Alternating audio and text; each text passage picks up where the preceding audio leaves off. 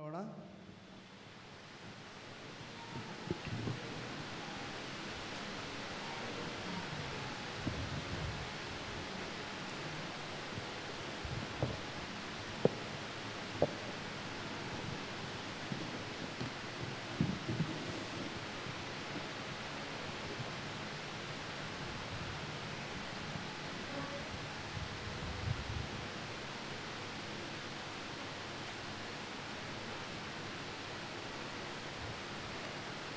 ಪವಿತ್ರ ಶುಕ್ರವಾರ, ಪ್ರಭುವಿನ ಪೂಜ್ಯ ಯಾತನೆಯ ಸ್ಮರಣೆ. ಇಂದು ಶುಭ ಶುಕ್ರವಾರ, ಯೇಸುವಿನ ಯಾತನೆ ಮರಣವನ್ನು ಧ್ಯಾನಿಸಲು ನೆರೆದಿದ್ದೇವೆ. ಯೇಸುವಿನ ಪಾಡುಗಳನ್ನು ಧ್ಯಾನಿಸಿ ಅದಕ್ಕೆ ಕಾರಣವಾದ ನಮ್ಮ ಪಾಪಗಳನ್ನು ಬಿಟ್ಟು ಬಾಳಲು ತೀರ್ಮಾನ ಮಾಡಿಕೊಳ್ಳಲು ದೇವರ ಸನ್ನಿಧಿಗೆ ಬಂದಿದ್ದೇವೆ. ಪಾಪಕ್ಕೆ ಕಾರಣ ನಮ್ಮ ದೈಹಿಕ ದೌರ್ಬಲ್ಯ ಅಲ್ಲ, ಮನಸ್ಸಿನ ದೌರ್ಬಲ್ಯ ಎಂಬುದನ್ನು ಇಂದಿನ ವಾಚನಗಳು ತಿಳಿಸುತ್ತವೆ. ನಮ್ಮ ಮನಸ್ಸನ್ನು ದೃಢವಾಗಿಸಲು ಮತ್ತು ದೇವರ ವಾಕ್ಯದ ಬೆಳಕಿನಲ್ಲಿ ಜೀವಿಸಲು ಸರ್ವೇಶ್ವರ ದೇವರಲ್ಲಿ ಭಕ್ತಿಯಿಂದ ಬೇಡುತ್ತಾ ಇಂದಿನ ಸಾಂಗ್ಯಗಳಲ್ಲಿ ಭಾಗವಹಿಸೋಣ. ಇಂದಿನ ಆಚರಣೆಯಲ್ಲಿ 4 ಭಾಗಗಳಿವೆ. ಮೊದಲನೆಯ ಭಾಗ ದೈವ ವಾಕ್ಯದ ವಿಧಿ, ಎರಡನೇ ಭಾಗ ಸಾಮೂಹಿಕ ಸಾಂಪ್ರದಾಯಿಕ ಪ್ರಾರ್ಥನೆಗಳು, ಮೂರನೆಯ ಭಾಗ ಶಿಲುಬೆಯ ಪ್ರದರ್ಶನ ಮತ್ತು ಸನ್ಮಾನ, 4ನೇ ಭಾಗ ಪರಮಪ್ರಸಾದ ಸ್ವೀಕಾರ.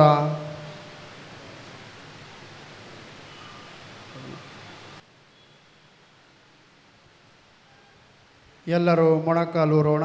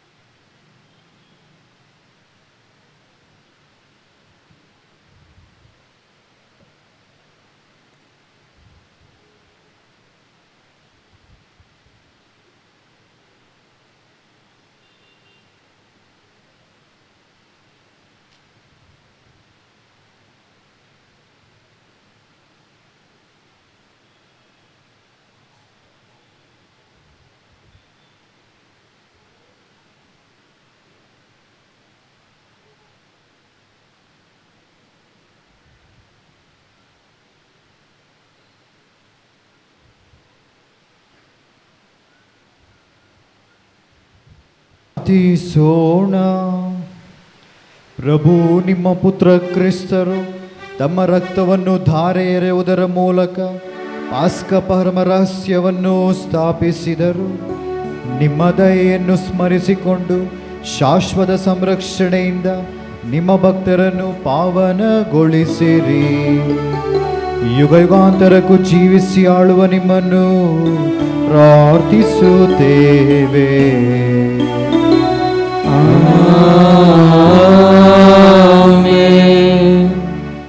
ಮೊದಲನೆಯ ಭಾಗ ದೈವ ವಾಕ್ಯದ ವಿಧಿ. ಯೇಸು ದೇವರ ಪುತ್ರರಾಗಿದ್ದರು, ಆದುದರಿಂದ ಅವರು ಕಷ್ಟಗಳನ್ನು ಸಹಿಸಿಕೊಂಡರು ಎಂದು ಹೇಳುವುದು ಉತ್ಪ್ರೇಕ್ಷ. ಏಕೆಂದರೆ ಯೇಸು ನಮ್ಮಂತೆಯೇ ಸಂಪೂರ್ಣ ಮನುಷ್ಯರಾಗಿ ಈ ನೋವುಗಳನ್ನು ಅನುಭವಿಸಬೇಕಾಗಿತ್ತು. ಮನುಷ್ಯರಾಗಿ ಅವರ ಸಹನೆಗೂ ಮಿತಿಯಿತ್ತು, ಆದರೆ ಆ ಕ್ಷಣಕ್ಕೆ ಎಲ್ಲವನ್ನು ಸಹಿಸಿಕೊಳ್ಳುವ ಮನೋದೃಢತೆಯನ್ನು ಯೇಸು ತೋರಿಸುತ್ತಾರೆ.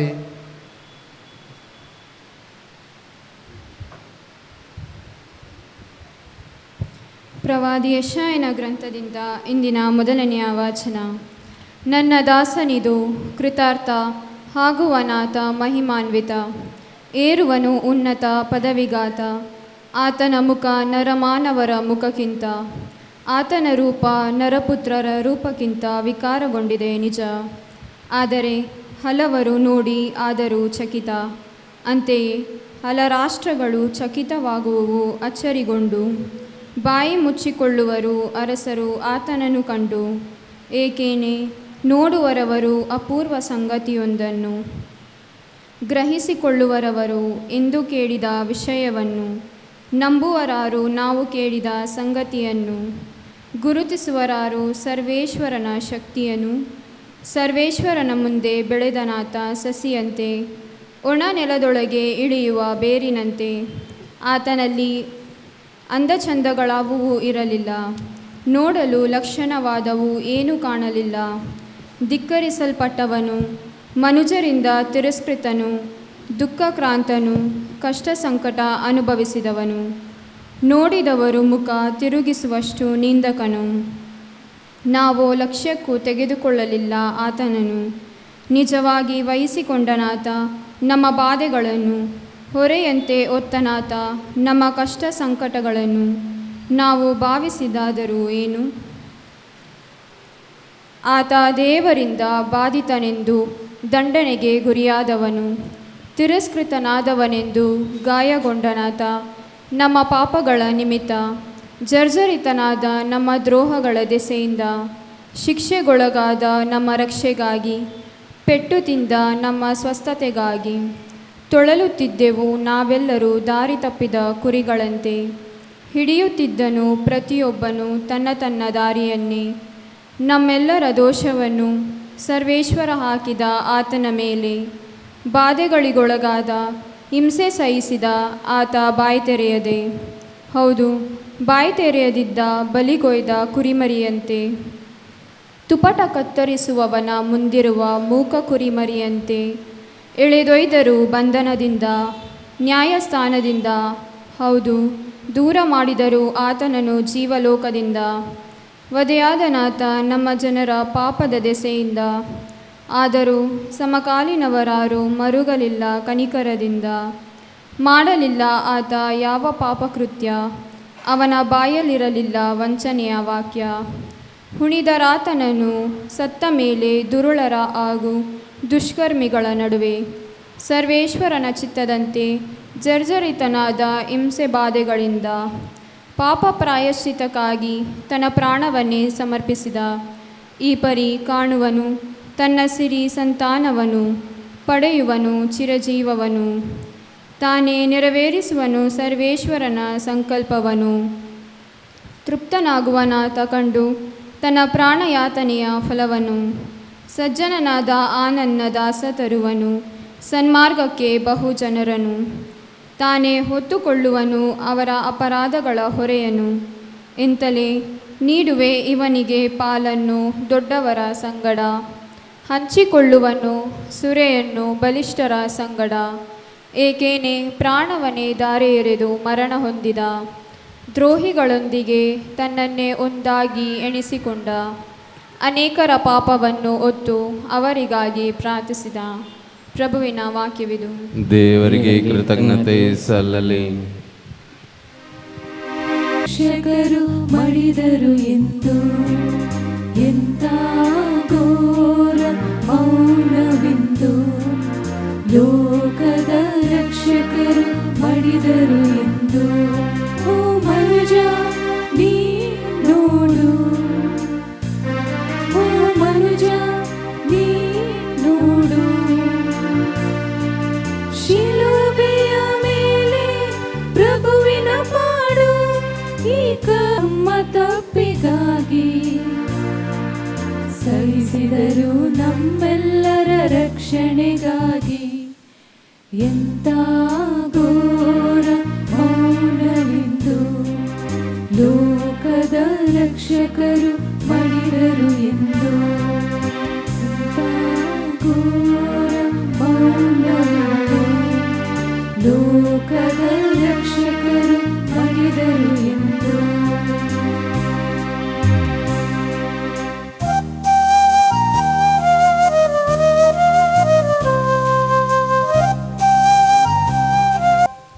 ಕಡುಗೆಂಪು ವರ್ಣದ ವಸ್ತ್ರವ ತೊಟ್ಟು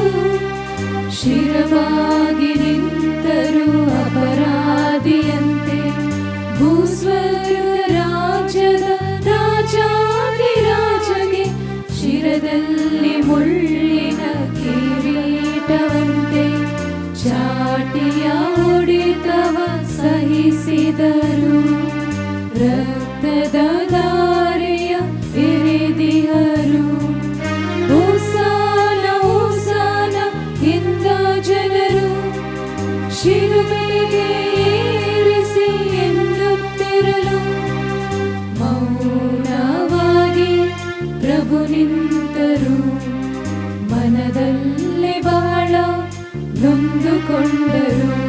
ಪ್ರಭುವೇ ಪ್ರಭುವೇ ಪ್ರಭುವೇ ಪ್ರಭುವೇ ಪ್ರಭುವೇ ಘೋರ ಮೌನವೆಂದು ಲೋಕದ ರಕ್ಷಕರು ಮಡಿದರು ಎಂದು. ಎಂಥ ಘೋರ ಮೌನವೆಂದು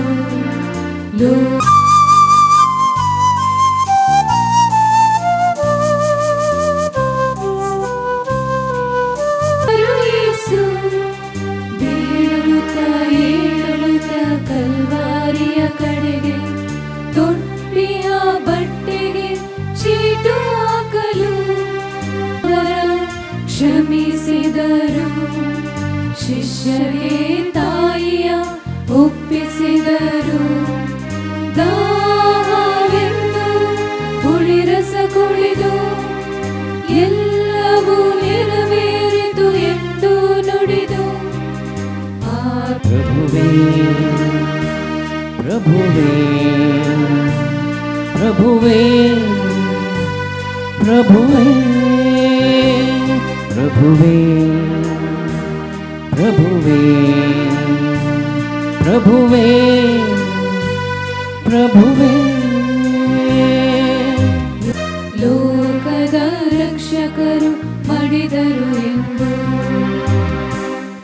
ಈ ಲೋಕವನ್ನು, ಲೌಕಿಕ ಆವಿಷ್ಯಗಳನ್ನು, ಕೊನೆಗೆ ದೇವರಿಂದ ಶಾಶ್ವತವಾಗಿ ನಮ್ಮನ್ನು ದೂರ ಮಾಡುವ ಆತ್ಮಿಕ ಮರಣವನ್ನು ಜಯಿಸಿದ ಯೇಸು ನಮಗೆ ಸಮಯೋಚಿತ ಸಹಾಯ ನೀಡಿ ರಕ್ಷಿಸಬಲ್ಲರು ಎನ್ನುವ ಈ ಮಾತುಗಳನ್ನು ಕಿವಿಗೊಟ್ಟು ಆಲಿಸೋಣ.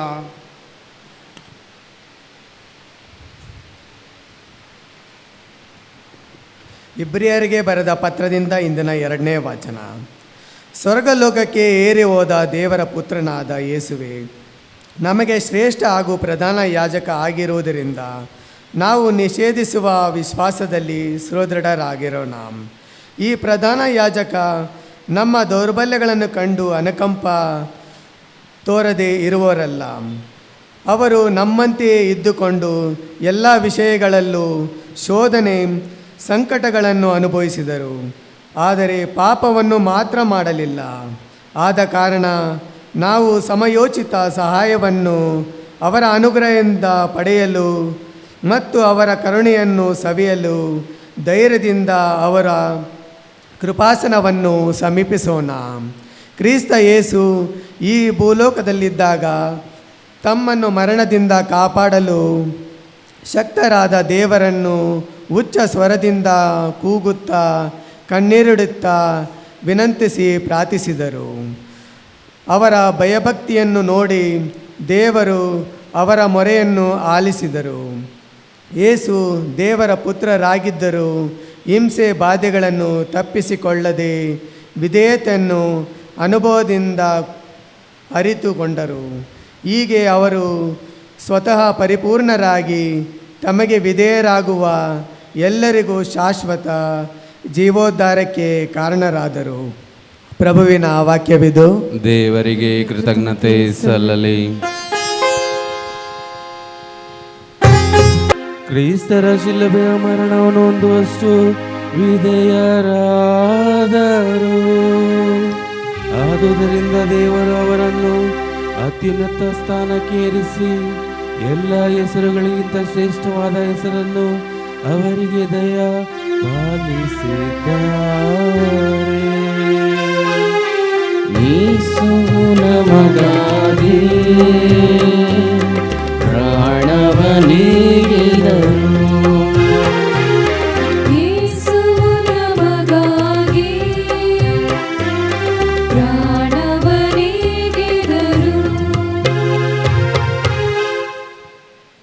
ಸಂತ ಯೋವಾನನು ಬರೆದ ಯೇಸು ಕ್ರಿಸ್ತರ ಪೂಜ್ಯ ಯಾತನೆಯ ವೃತ್ತಾಂತ. ಯೇಸು ತಮ್ಮ ಶಿಷ್ಯರೊಡನೆ ಹೊರಟು ಕೇದ್ರೋನ್ ಹಳ್ಳವನ್ನು ದಾಟಿ ಅಲ್ಲೇ ಇದ್ದ ತೋಟವನ್ನು ಹೊಕ್ಕರು. ಅವರು ತಮ್ಮ ಶಿಷ್ಯರೊಡನೆ ಆಗಾಗ ಅಲ್ಲಿಗೆ ಬರುವುದು ವಾಡಿಕೆ. ಅವರನ್ನು ಹಿಡಿದುಕೊಡಲಿದ್ದ ಯೂದನಿಗೆ ಆ ಸ್ಥಳ ಚೆನ್ನಾಗಿ ಗೊತ್ತಿತ್ತು. ಆದುದರಿಂದ ಯೂದನು ಸೈನಿಕರ ಒಂದು ತಂಡವನ್ನು, ಮುಖ್ಯ ಯಾಜಕರನ್ನು ಮತ್ತು ಫರಿಸಾಯರು ಕಳುಹಿಸಿದ ಕಾವಲಾಳುಗಳನ್ನು ಕರೆದುಕೊಂಡು ದೀವಟ್ಟಿಗೆ ಪಂಚು ಮತ್ತು ಆಯುಧಗಳ ಸಮೇತ ಅಲ್ಲಿಗೆ ಬಂದನು. ಯೇಸುವಿಗೆ ತಮಗೆ ಸಂಭವಿಸಲಿರುವುದೆಲ್ಲವೂ ತಿಳಿದಿತ್ತು ಎಂದೇ ಮುಂದೆ ಬಂದು, ನೀವು ಯಾರನ್ನು ಹುಡುಕುತ್ತಿದ್ದೀರಿ ಎಂದು ಕೇಳಿದರು. ಅವರು ನಜರೇತಿನ ಯೇಸುವನ್ನು ಎಂದರು. ಯೇಸು ನಾನೇ ಆತನು ಎಂದು ಉತ್ತರ ಕೊಟ್ಟರು. ಅವರನ್ನು ಹಿಡಿದುಕೊಡಲಿದ್ದ ಗುರುದ್ರೋಹಿ ಯೂದನು ಅವರ ಸಂಗಡವೇ ನಿಂತುಕೊಂಡಿದ್ದನು. ನಾನೇ ಆತನು ಎಂದು ಯೇಸು ನುಡಿಯುತ್ತಲೇ ಅವರೆಲ್ಲರೂ ಹಿಂದೆ ಸರಿದು ನೆಲದ ಮೇಲೆ ಬಿದ್ದರು. ಯೇಸು ಮತ್ತೊಮ್ಮೆ ನೀವು ಯಾರನ್ನು ಹುಡುಕುತ್ತಿದ್ದೀರಿ ಎಂದು ಕೇಳಲು ನಜರೇತಿನ ಯೇಸುವನ್ನು ಎಂದು ಉತ್ತರ ಬಂದಿತು. ಅದಕ್ಕೆ ಯೇಸು ನಾನೇ ಆತನೆಂದು ನಿಮಗೆ ಆಗಲೇ ಹೇಳಿದೆ. ನೀವು ಹುಡುಕುತ್ತಾ ಇರುವುದು ನನ್ನನ್ನಾದರೆ ಮಿಕ್ಕ ಇವರನ್ನು ಹೋಗಲು ಬಿಡಿ ಎಂದು ನುಡಿದರು. ನೀವು ನನಗೆ ಕೊಟ್ಟವರಲ್ಲಿ ಒಬ್ಬನನ್ನಾದರೂ ಕಳೆದುಕೊಳ್ಳಲಿಲ್ಲ ಎಂದು ತಾವೇ ನುಡಿದ ಮಾತು ನೆರವೇರುವಂತೆ ಯೇಸು ಹೀಗೆಂದರು. ಅಷ್ಟರೊಳಗೆ ಸೀಮೋನ್ ಪೇತ್ರನು ತನ್ನಲ್ಲಿದ್ದ ಖಡ್ಗವನ್ನು ಹಿರಿದು ಪ್ರಧಾನ ಯಾಜಕರ ಸೇವಕನಾದ ಮಾಲ್ಕನ ಬಲಕಿವಿಯನ್ನು ಕತ್ತರಿಸಿ ಬಿಟ್ಟನು. ಆಗ ಯೇಸು ಪೇತ್ರನಿಗೆ, ನಿನ್ನ ಖಡ್ಗವನ್ನು ಒರೆಯಲ್ಲಿ ಹಾಕು. ನನ್ನ ಪಿತನೇ ಕೊಟ್ಟಿರುವ ಕಷ್ಟದ ಕೊಡವಿದು.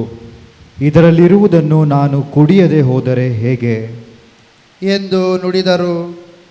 ಆನಂತರ ಸೈನಿಕರು, ಸಹಾದ್ರಿಪತಿಯು, ಯಹೂದ್ಯರು ಕಳುಹಿಸಿದ ಕಾವಲಾಳುಗಳು ಯೇಸುವನ್ನು ಹಿಡಿದು ಕಟ್ಟಿ ಮೊದಲು ಅಣ್ಣನ ಬಳಿಗೆ ಕೊಂಡೊಯ್ದರು. ಅಣ್ಣನು ಆ ವರ್ಷ ಪ್ರಧಾನ ಯಾಜಕನಾಗಿದ್ದ ಕಾಯಿಫನ ಮಾವ. ಸಮಸ್ತ ಜನತೆಗಾಗಿ ಒಬ್ಬನು ಸತ್ತರೆ ಹಿತವೆಂದು ಸಲಹೆ ಕೊಟ್ಟವನು ಈ ಕಾಯಿಫನೇ. ಸೀಮೋನ್ ಪೇತ್ರನು ಹಾಗೂ ಪ್ರಧಾನ ಯಾಜಕನಿಗೆ ಪರಿಚಿತನಾಗಿದ್ದ ಇನ್ನೊಬ್ಬ ಶಿಷ್ಯನು ಯೇಸುವನ್ನು ಹಿಂಬಾಲಿಸುತ್ತಾ ಹೋದರು. ಪರಿಚಿತನಾಗಿದ್ದ ಶಿಷ್ಯನು ಯೇಸುವಿನೊಡನೆ ಪ್ರಧಾನ ಯಾಜಕನ ಮನೆಯ ಅಂಗಳವನ್ನು ಹೊಕ್ಕನು. ಪೇತ್ರನು ಹೊರಗಡೆ ಬಾಗಿಲ ಬಳಿಯಲ್ಲಿ ನಿಂತನು. ಪರಿಚಿತನಾಗಿದ್ದವನು ಆನಂತರ ಹೊರಗೆ ಬಂದು ದ್ವಾರಪಾಲಕಿಗೆ ಹೇಳಿ ಪೇತ್ರನನ್ನು ಒಳಗೆ ಕರೆದುಕೊಂಡು ಹೋದನು. ಆ ದ್ವಾರಪಾಲಕಿಯು ಪೇತ್ರನನ್ನು ನೋಡಿ, ನೀನು ಯೇಸುವಿನ ಶಿಷ್ಯರಲ್ಲಿ ಒಬ್ಬನಲ್ಲವೇ ಎಂದು ಕೇಳಿದಳು. ಅದಕ್ಕೆ ಪೇತ್ರನು, ಇಲ್ಲ, ನಾನಲ್ಲ ಎಂದು ಬಿಟ್ಟನು. ಆಗ ಚಳಿಯಿದ್ದುದರಿಂದ ಸೇವಕರು, ಕಾವಲಾಳುಗಳು ಇದ್ದೆಲ್ಲಿನ ಬೆಂಕಿ ಮಾಡಿ ಸುತ್ತಲೂ ನಿಂತು ಚಳಿ ಕಾಯಿಸಿಕೊಳ್ಳುತ್ತಿದ್ದರು. ಪೇತ್ರನು ಅವರ ಸಂಗಡ ನಿಂತುಕೊಂಡು ಚಳಿ ಕಾಯಿಸಿಕೊಳ್ಳತೊಡಗಿದನು. ಅಷ್ಟರಲ್ಲಿ ಪ್ರಧಾನ ಯಾಜಕನು ಯೇಸುವನ್ನು ಅವರ ಶಿಷ್ಯರ ವಿಷಯವಾಗಿ ಹಾಗೂ ಬೋಧನೆಯ ವಿಷಯವಾಗಿ ವಿಚಾರಿಸಿದನು. ಆಗ ಯೇಸು, ನಾನು ಬಹಿರಂಗವಾಗಿಯೇ ಜನರೆಲ್ಲರೂ ಕೇಳುವಂತೆ ಮಾತನಾಡಿದ್ದೇನೆ. ಯಹೂದ್ಯರೆಲ್ಲರೂ ಸಭೆ ಸೇರುವ ಪ್ರಾರ್ಥನಾ ಮಂದಿರಗಳಲ್ಲಿಯೂ ಮಹಾದೇವಾಲಯದಲ್ಲಿಯೂ ನಾನು ಯಾವಾಗಲೂ ಬೋಧನೆ ಮಾಡಿಕೊಂಡು ಬಂದಿದ್ದೇನೆ. ಮುಚ್ಚುಮರೆಯಾಗಿ ಏನನ್ನೂ ಹೇಳಿಲ್ಲ. ನನ್ನನ್ನು ವಿಚಾರಿಸುವುದೇಕೆ? ನಾನು ಹೇಳಿದ್ದನ್ನು ಯಾರು ಕೇಳಿದ್ದಾರೋ ಅವರನ್ನೇ ವಿಚಾರಿಸಿ, ನಾನು ಬೋಧನೆ ಮಾಡಿದ್ದು ಏನೆಂದು ಅವರು ಬಲ್ಲರು ಎಂದು ಉತ್ತರ ಕೊಟ್ಟರು. ಯೇಸು ಹೀಗೆ ಹೇಳಲು ಬಳಿಯಲ್ಲಿ ನಿಂತಿದ್ದ ಕಾವಲಾಳೊಬ್ಬನು, ಪ್ರಧಾನ ಯಾಜಕರಿಗೆ ಉತ್ತರ ಕೊಡುವುದು ಹೀಗೆಯೇ ಎಂದು ಕೆನ್ನೆಗೆ ಹೊಡೆದನು. ಆಗ ಯೇಸು, ನಾನು ಆಡಿದ್ದು ತಪ್ಪಾಗಿದ್ದರೆ ತಪ್ಪನ್ನು ತೋರಿಸಿಕೊಡು, ಸತ್ಯವಾಗಿದ್ದರೆ ಏಕೆ ಹೊಡೆಯುತ್ತಿ ಎಂದರು. ಆಗ ಅಣ್ಣನು ಯೇಸುವನ್ನು ಬಂಧಿಸಿ ಕಾಯಿಫನ ಬಳಿಗೆ ಕಳುಹಿಸಿದನು. ಇತ್ತ ಪೇತ್ರನು ನಿಂತು ಚಳಿ ಕಾಯಿಸಿಕೊಳ್ಳುತ್ತಾ ಇದ್ದನು. ಅಲ್ಲಿದ್ದವರು, ನೀನು ಯೇಸುವಿನ ಶಿಷ್ಯರಲ್ಲಿ ಒಬ್ಬನಲ್ಲವೇ ಎಂದು ಕೇಳಿದರು. ಪೇತ್ರನು, ಇಲ್ಲ, ನಾನು ಶಿಷ್ಯನಲ್ಲ ಎಂದು ನಿರಾಕರಿಸಿದನು. ಪ್ರಧಾನ ಯಾಜಕನ ಸೇವಕರಲ್ಲಿ ಒಬ್ಬನು, ಇವನು ಪೇತ್ರನು ಕಿವಿ ಕತ್ತರಿಸಿದವನ ನೆಂಟ. ನಿನ್ನನ್ನು ಆತನೊಡನೆ ತೋಟದಲ್ಲಿ ನಾನು ನೋಡಲಿಲ್ಲವೇ ಎಂದು ಕೇಳಿದನು. ಪೇತ್ರನು ಪುನಃ ಅಲ್ಲೆಗೆಳೆದನು. ಕೂಡಲೇ ಕೋಳಿ ಕೂಗಿತು. ಆಮೇಲೆ ಅವರು ಯೇಸುವನ್ನು ಕಾಯಿಫನ ಮನೆಯಿಂದ ರಾಜ್ಯಪಾಲನ ನಿವಾಸಕ್ಕೆ ಕೊಂಡೊಯ್ದರು. ಆಗ ಮುಂಜಾನೆ ಅರಮನೆಯೊಳಗೆ ಹೋದರೆ ಮಡಿಗಟ್ಟು ಹಬ್ಬದೂಟಕ್ಕೆ ಅಡ್ಡಿಯಾದೀತೆಂದು ಅವರೆಲ್ಲರೂ ಹೊರಗೆ ನಿಂತರು. ಆದುದರಿಂದ ಪಿಲಾತನೇ ಅವರ ಬಳಿಗೆ ಬಂದು, ಈತನ ಮೇಲೆ ನಿಮ್ಮ ದೂರು ಏನು ಎಂದು ಕೇಳಿದನು. ಅವರು, ಇವನು ಅಪರಾಧಿಯಲ್ಲದಿದ್ದರೆ ಇವನನ್ನು ನಿಮಗೆ ತಂದೊಪ್ಪಿಸುತ್ತಿರಲಿಲ್ಲ ಎಂದರು. ಅದಕ್ಕೆ ಪಿಲಾತನು, ಹಾಗಾದರೆ ನೀವೇ ಕರೆದುಕೊಂಡು ಹೋಗಿ ನಿಮ್ಮ ಧರ್ಮಶಾಸ್ತ್ರದ ಪ್ರಕಾರ ಈತನಿಗೆ ತೀರ್ಪು ಕೊಡಿ ಎಂದನು. ಯೆಹೂದ್ಯರು, ಮರಣದಂಡನೆ ವಿಧಿಸುವ ಅಧಿಕಾರ ನಮಗಿಲ್ಲವಲ್ಲ ಎಂದು ಉತ್ತರಿಸಿದರು. ಯೇಸು ತಮಗೆ ಯಾವ ಬಗೆಯ ಮರಣ ಕಾದಿರುವುದೆಂದು ಸೂಚಿಸಿ ಹೇಳಿದ ಮಾತು ಹೀಗೆ ನೆರವೇರುವಂತಾಯಿತು. ಆಗ ಪಿಲಾತನು ಅರಮನೆಯೊಳಗೆ ಹೋಗಿ ಯೇಸುವನ್ನು ಕರೆಯಿಸಿ, ನೀನು ಯೆಹೂದ್ಯರ ಅರಸನು ಎಂದು ಕೇಳಿದನು. ಅದಕ್ಕೆ ಯೇಸು, ನೀವಾಗಿಯೇ ಇದನ್ನು ಹೇಳುತ್ತಿರುವಿರೋ ಅಥವಾ ಬೇರೆ ಯಾರಾದರೂ ನನ್ನನ್ನು ಕುರಿತು ಹೀಗೆ ಹೇಳಿದರೋ ಎನ್ನಲು ಪಿಲಾತನು, ನಾನೇನು ಯೆಹೂದ್ಯನೇ? ನಿನ್ನ ಸ್ವಂತ ಜನರು ಮತ್ತು ಮುಖ್ಯ ಯಾಜಕರು ನಿನ್ನನ್ನು ನನ್ನ ಕೈಗೆ ಒಪ್ಪಿಸಿದ್ದಾರೆ. ನೀನು ಏನು ಮಾಡಿದ್ದೀಯಾ ಎಂದು ಕೇಳಿದನು. ಅದಕ್ಕೆ ಯೇಸು, ನನ್ನ ಸಾಮ್ರಾಜ್ಯ ಈ ಲೋಕದ್ದಲ್ಲ. ನನ್ನ ಸಾಮ್ರಾಜ್ಯ ಈ ಲೋಕದ್ದಾಗಿದ್ದರೆ ಯಹೂದ್ಯರ ಕೈಗೆ ನಾನು ಬೀಳದಂತೆ ನನ್ನ ಅನುಯಾಯಿಗಳು ಕಾದಾಡುತ್ತಿದ್ದರು. ನಿಜವಾಗಿಯೂ ನನ್ನ ಸಾಮ್ರಾಜ್ಯ ಇಹಲೋಕದ್ದಲ್ಲ ಎಂದರು. ಪಿಲಾತನು, ಹಾಗಾದರೆ ನೀನೊಬ್ಬ ಅರಸನು ಎಂದು ಕೇಳಲು ಯೇಸು, ಅರಸ ಎನ್ನುವುದು ನೀವು ಹೇಳುವ ಮಾತು.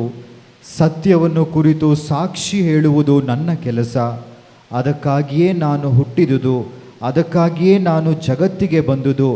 ಸತ್ಯಪರರೆಲ್ಲರೂ ನನ್ನ ಮಾತಿಗೆ ಕಿವಿಗೊಡುತ್ತಾರೆ ಎಂದು ಹೇಳಿದರು. ಆಗ ಪಿಲಾತನು, ಸತ್ಯವೆಂದರೆ ಏನು ಎಂದು ಪ್ರಶ್ನಿಸಿ ಅಲ್ಲಿ ನಿಲ್ಲದೆ ಹೊರಗೆ ಬಂದನು. ಹೀಗೆ ಪಿಲಾತನು ಯಹೂದ್ಯರ ಬಳಿಗೆ ಬಂದು, ನನಗೆ ಈತನಲ್ಲಿ ಯಾವ ಅಪರಾಧವೂ ಕಾಣುವುದಿಲ್ಲ.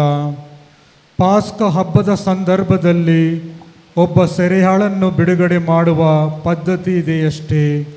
ಆದ್ದರಿಂದ ನೀವು ಬಯಸಿದರೆ ಯಹೂದ್ಯರ ಅರಸನನ್ನು ನಾನು ಬಿಡುಗಡೆ ಮಾಡುತ್ತೇನೆ ಎಂದು ಹೇಳಿದನು. ಅದಕ್ಕೆ ಅವರು, ಬೇಡ, ಇವನು ಬೇಡ, ನಮಗೆ ಬರಬ್ಬನನ್ನು ಬಿಟ್ಟುಕೊಡಿ ಎಂದು ಬೊಬ್ಬೆ ಹಾಕಿದರು. ಬರೋಬ್ಬನು ಒಬ್ಬ ದರೋಡೆಕೋರನಾಗಿದ್ದನು. ಆಮೇಲೆ ಪಿಲಾತನು ಯೇಸುವನ್ನು ಅಲ್ಲಿಂದ ಕರೆದೊಯ್ದು ಕೊರಡೆಯಿಂದ ಹೊಡೆಸಿದನು. ಸೈನಿಕರು ಮುಳ್ಳಿನ ಕಿರೀಟವನ್ನು ಹೆಣೆದು ಅವರ ತಲೆಗೆ ಮುಡಿಸಿ ಕೆನ್ನೆರಳೆ ಬಣ್ಣದ ಅಂಗಿಯನ್ನು ಅವರಿಗೆ ಉಡಿಸಿ ಹತ್ತಿರ ಬಂದು, ಯಹೂದ್ಯರ ಅರಸನೇ, ನಿನಗೆ ಶುಭವಾಗಲಿ ಎಂದು ಜರೆಯುತ್ತಾ ಅವರ ಕೆನ್ನೆಗೆ ಹೊಡೆಯತೊಡಗಿದ್ದರು. ಪಿಲಾತನು ಮತ್ತೆ ಹೊರಗೆ ಬಂದು ಯಹೂದ್ಯರಿಗೆ, ನೋಡಿ, ನಾನು ಇವನನ್ನು ನಿಮ್ಮ ಮುಂದೆ ತರುತ್ತಿದ್ದೇನೆ. ನನಗೆ ಇವನಲ್ಲಿ ಯಾವ ಅಪರಾಧವೂ ಕಾಣಿಸುತ್ತಿಲ್ಲ ಎಂಬುದು ನಿಮಗೆ ತಿಳಿದಿರಲಿ ಎಂದು ಹೇಳಿದನು. ಆಗ ಯೇಸು ಮುಳ್ಳಿನ ಕಿರೀಟವನ್ನು, ಕೆನ್ನೆರಳೆ ಬಣ್ಣದ ಅಂಗಿಯನ್ನು ಧರಿಸಿದವರಾಗಿ ಹೊರಗೆ ಬಂದರು. ಪಿಲಾತನು, ಇಗೋ ಈ ಮನುಷ್ಯ ಎಂದನು. ಮುಖ್ಯ ಯಾಜಕರು, ಕಾವಲಾಳುಗಳು ಯೇಸುವನ್ನು ಕಂಡೊಡನೆ, ಇವನನ್ನು ಶಿಲುಬೆಗೇರಿಸಿ ಶಿಲುಬೆಗೇರಿಸಿ ಎಂದು ಬೊಬ್ಬೆ ಹಾಕಿದರು. ಆಗ ಪಿಲಾತನು, ಬೇಕಾದರೆ ನೀವೇ ಇವನನ್ನು ಕರೆದುಕೊಂಡು ಹೋಗಿ ಶಿಲುಬೆಗೇರಿಸಿ, ನನಗಾದರೂ ಇವನಲ್ಲಿ ಯಾವ ಅಪರಾಧವೂ ಕಾಣಿಸಲಿಲ್ಲ ಎಂದನು. ಅದಕ್ಕೆ ಯಹೂದ್ಯರು, ನಮಗೊಂದು ಕಾನೂನು ಉಂಟು, ಅದರ ಮೇರೆಗೆ ಇವನು ಸಾಯಲೇಬೇಕು, ಏಕೆಂದರೆ ತಾನು ದೇವರ ಪುತ್ರನೆಂದು ಹೇಳಿಕೊಂಡಿದ್ದಾನೆ ಎಂದು ಉತ್ತರ ಕೊಟ್ಟರು. ಇದನ್ನು ಕೇಳಿದ್ದೇ ಪಿಲಾತನಿಗೆ ಮತ್ತಷ್ಟು ಭಯವಾಯಿತು. ಅವನು ಮತ್ತೆ ಅರಮನೆಯೊಳಗೆ ಬಂದು, ನೀನು ಎಲ್ಲಿಂದ ಬಂದವನು ಎಂದು ಯೇಸುವನ್ನು ಕೇಳಿದನು. ಆದರೆ ಯೇಸು ಉತ್ತರ ಕೊಡಲಿಲ್ಲ. ಆಗ ಪಿಲಾತನು, ನನ್ನೊಡನೆ ನೀನು ಮಾತನಾಡುವುದಿಲ್ಲವೇ? ನಿನ್ನನ್ನು ಬಿಡುಗಡೆ ಮಾಡುವುದಕ್ಕೂ ನಿನ್ನನ್ನು ಶಿಲುಬೆಗೆ ಏರಿಸುವುದಕ್ಕೂ ನನಗೆ ಅಧಿಕಾರವಿದೆ ಎಂಬುದು ನಿನಗೆ ತಿಳಿಯದು ಎಂದನು. ಅದಕ್ಕೆ ಯೇಸು, ಮೇಲಿನಿಂದ ಕೊಟ್ಟ ಹೊರತು ನನ್ನ ಮೇಲೆ ನಿಮಗೆ ಯಾವ ಅಧಿಕಾರವೂ ಇರುತ್ತಿರಲಿಲ್ಲ. ಆದ್ದರಿಂದ ನನ್ನನ್ನು ನಿಮ್ಮ ಕೈಗೆ ಒಪ್ಪಿಸಿದವನಿಗೆ ಪಾಪ ಹೆಚ್ಚು ಎಂದು ನುಡಿದರು. ಇದನ್ನು ಕೇಳಿದ ಮೇಲೆ ಪಿಲಾತನು ಯೇಸುವನ್ನು ಬಿಡುಗಡೆ ಮಾಡಲು ಪ್ರಯತ್ನಿಸಿದನು. ಯಹೂದ್ಯರಾದರೂ, ಇವನನ್ನು ಬಿಡುಗಡೆ ಮಾಡಿದರೆ ನೀವು ರೋಮ್ ಚಕ್ರವರ್ತಿಯ ಮಿತ್ರರಲ್ಲ, ತಾನೇ ಅರಸನೆಂದು ಹೇಳಿಕೊಳ್ಳುವ ಇವನು ರೋಮ್ ಚಕ್ರವರ್ತಿಗೆ ಶತ್ರು ಎಂದು ಕೂಗಿಕೊಂಡರು. ಅವರ ಈ ಕೂಗನ್ನು ಕೇಳಿ ಪಿಲಾತನು ಯೇಸುವನ್ನು ಹೊರಗೆ ಕರೆಸಿದನು. ಹಸುಗಲ್ಲು ಎಂಬ ಕಟ್ಟೆಯ ಮೇಲಿದ್ದ ನ್ಯಾಯಪೀಠದ ಮೇಲೆ ಕುಳಿತುಕೊಂಡನು. ಯಹೂದ್ಯರ ಭಾಷೆಯಲ್ಲಿ ಆ ಸ್ಥಳಕ್ಕೆ ಗಬ್ಬಾತ ಎಂದು ಹೆಸರು. ಅಂದು ಹಬ್ಬದ ಇಂದಿನ ದಿನ ಮಧ್ಯಾಹ್ನ 12 ಗಂಟೆ ಇರಬಹುದು. ಪಿಲಾತನು ಯಹೂದ್ಯರನ್ನು ನೋಡಿ, ಇಗೋ ನಿಮ್ಮ ಅರಸನು ಎಂದು ಹೇಳಿದನು. ಅವರಾದರೂ, ಕೊಲ್ಲಿರಿ ಕೊಲ್ಲಿರಿ, ಶಿಲುಬೆಗೇರಿಸಿರಿ ಎಂದು ಕಿರಿಚಿದರು.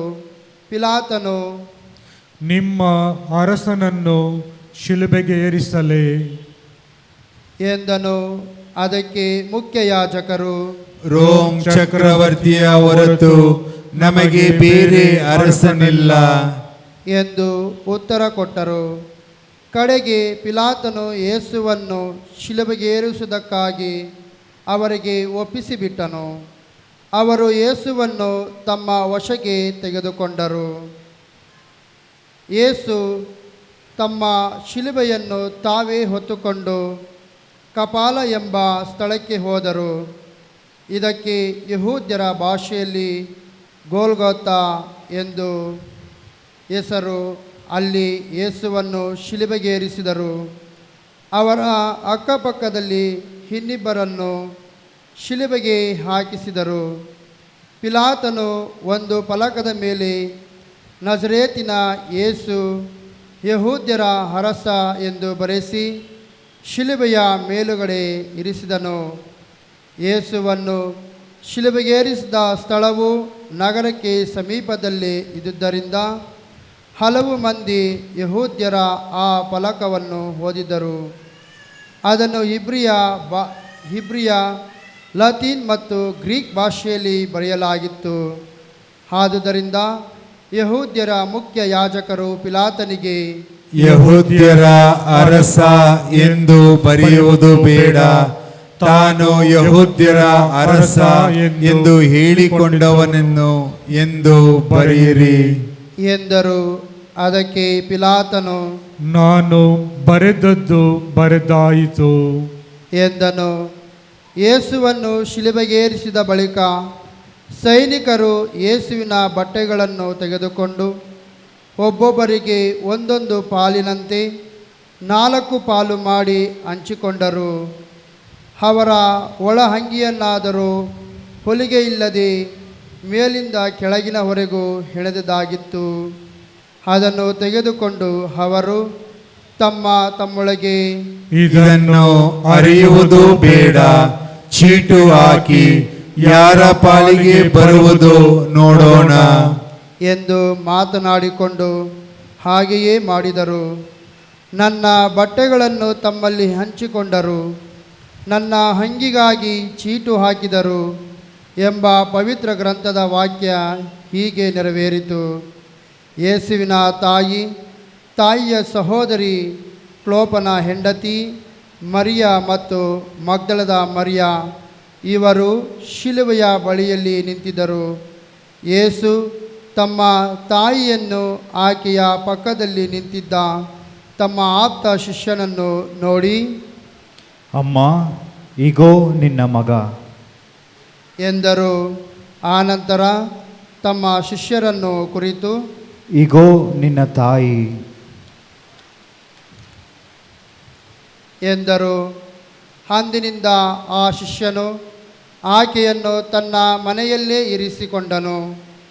ಇದಾದ ಮೇಲೆ ಯೇಸು ನೆರವೇರಬೇಕಾದುದೆಲ್ಲವೂ ನೆರವೇರಿದೆ ಎಂದು ತಿಳಿದು ಪವಿತ್ರ ಗ್ರಂಥದಲ್ಲಿ ಬರೆದದ್ದು ಈಡೇರುವಂತೆ ನನಗೆ ದಾಹವಾಗಿದೆ ಎಂದು ನುಡಿದರು. ಬಳಿಯಲ್ಲೇ ಹುಳಿರಸ ತುಂಬಿದ ಪಾತ್ರೆಯೊಂದಿತ್ತು. ಅವರು ಸ್ಪಂಜನ್ನು ಆ ಹುಳಿಯಲ್ಲಿ ರಸದಲ್ಲಿ ತೋಯಿಸಿ ಈಸೋಪ್ ಗಿಡದ ಕೋಲಿಗೆ ಸಿಕ್ಕಿಸಿ ಯೇಸುವಿನ ಬಾಯಿಗೆ ಮುಟ್ಟಿಸಿದರು. ಯೇಸು ಆ ಹುಳಿರಸವನ್ನು ಸೇವಿಸುತ್ತಲೇ, ಎಲ್ಲ ನೆರವೇರಿತು ಎಂದು ನುಡಿದು ತಲೆಬಾಗಿ ತಮ್ಮ ಆತ್ಮವನ್ನು ಒಪ್ಪಿಸಿದರು. ಸ್ವಲ್ಪ ಸಮಯ ಮೊಣಕಾಲು.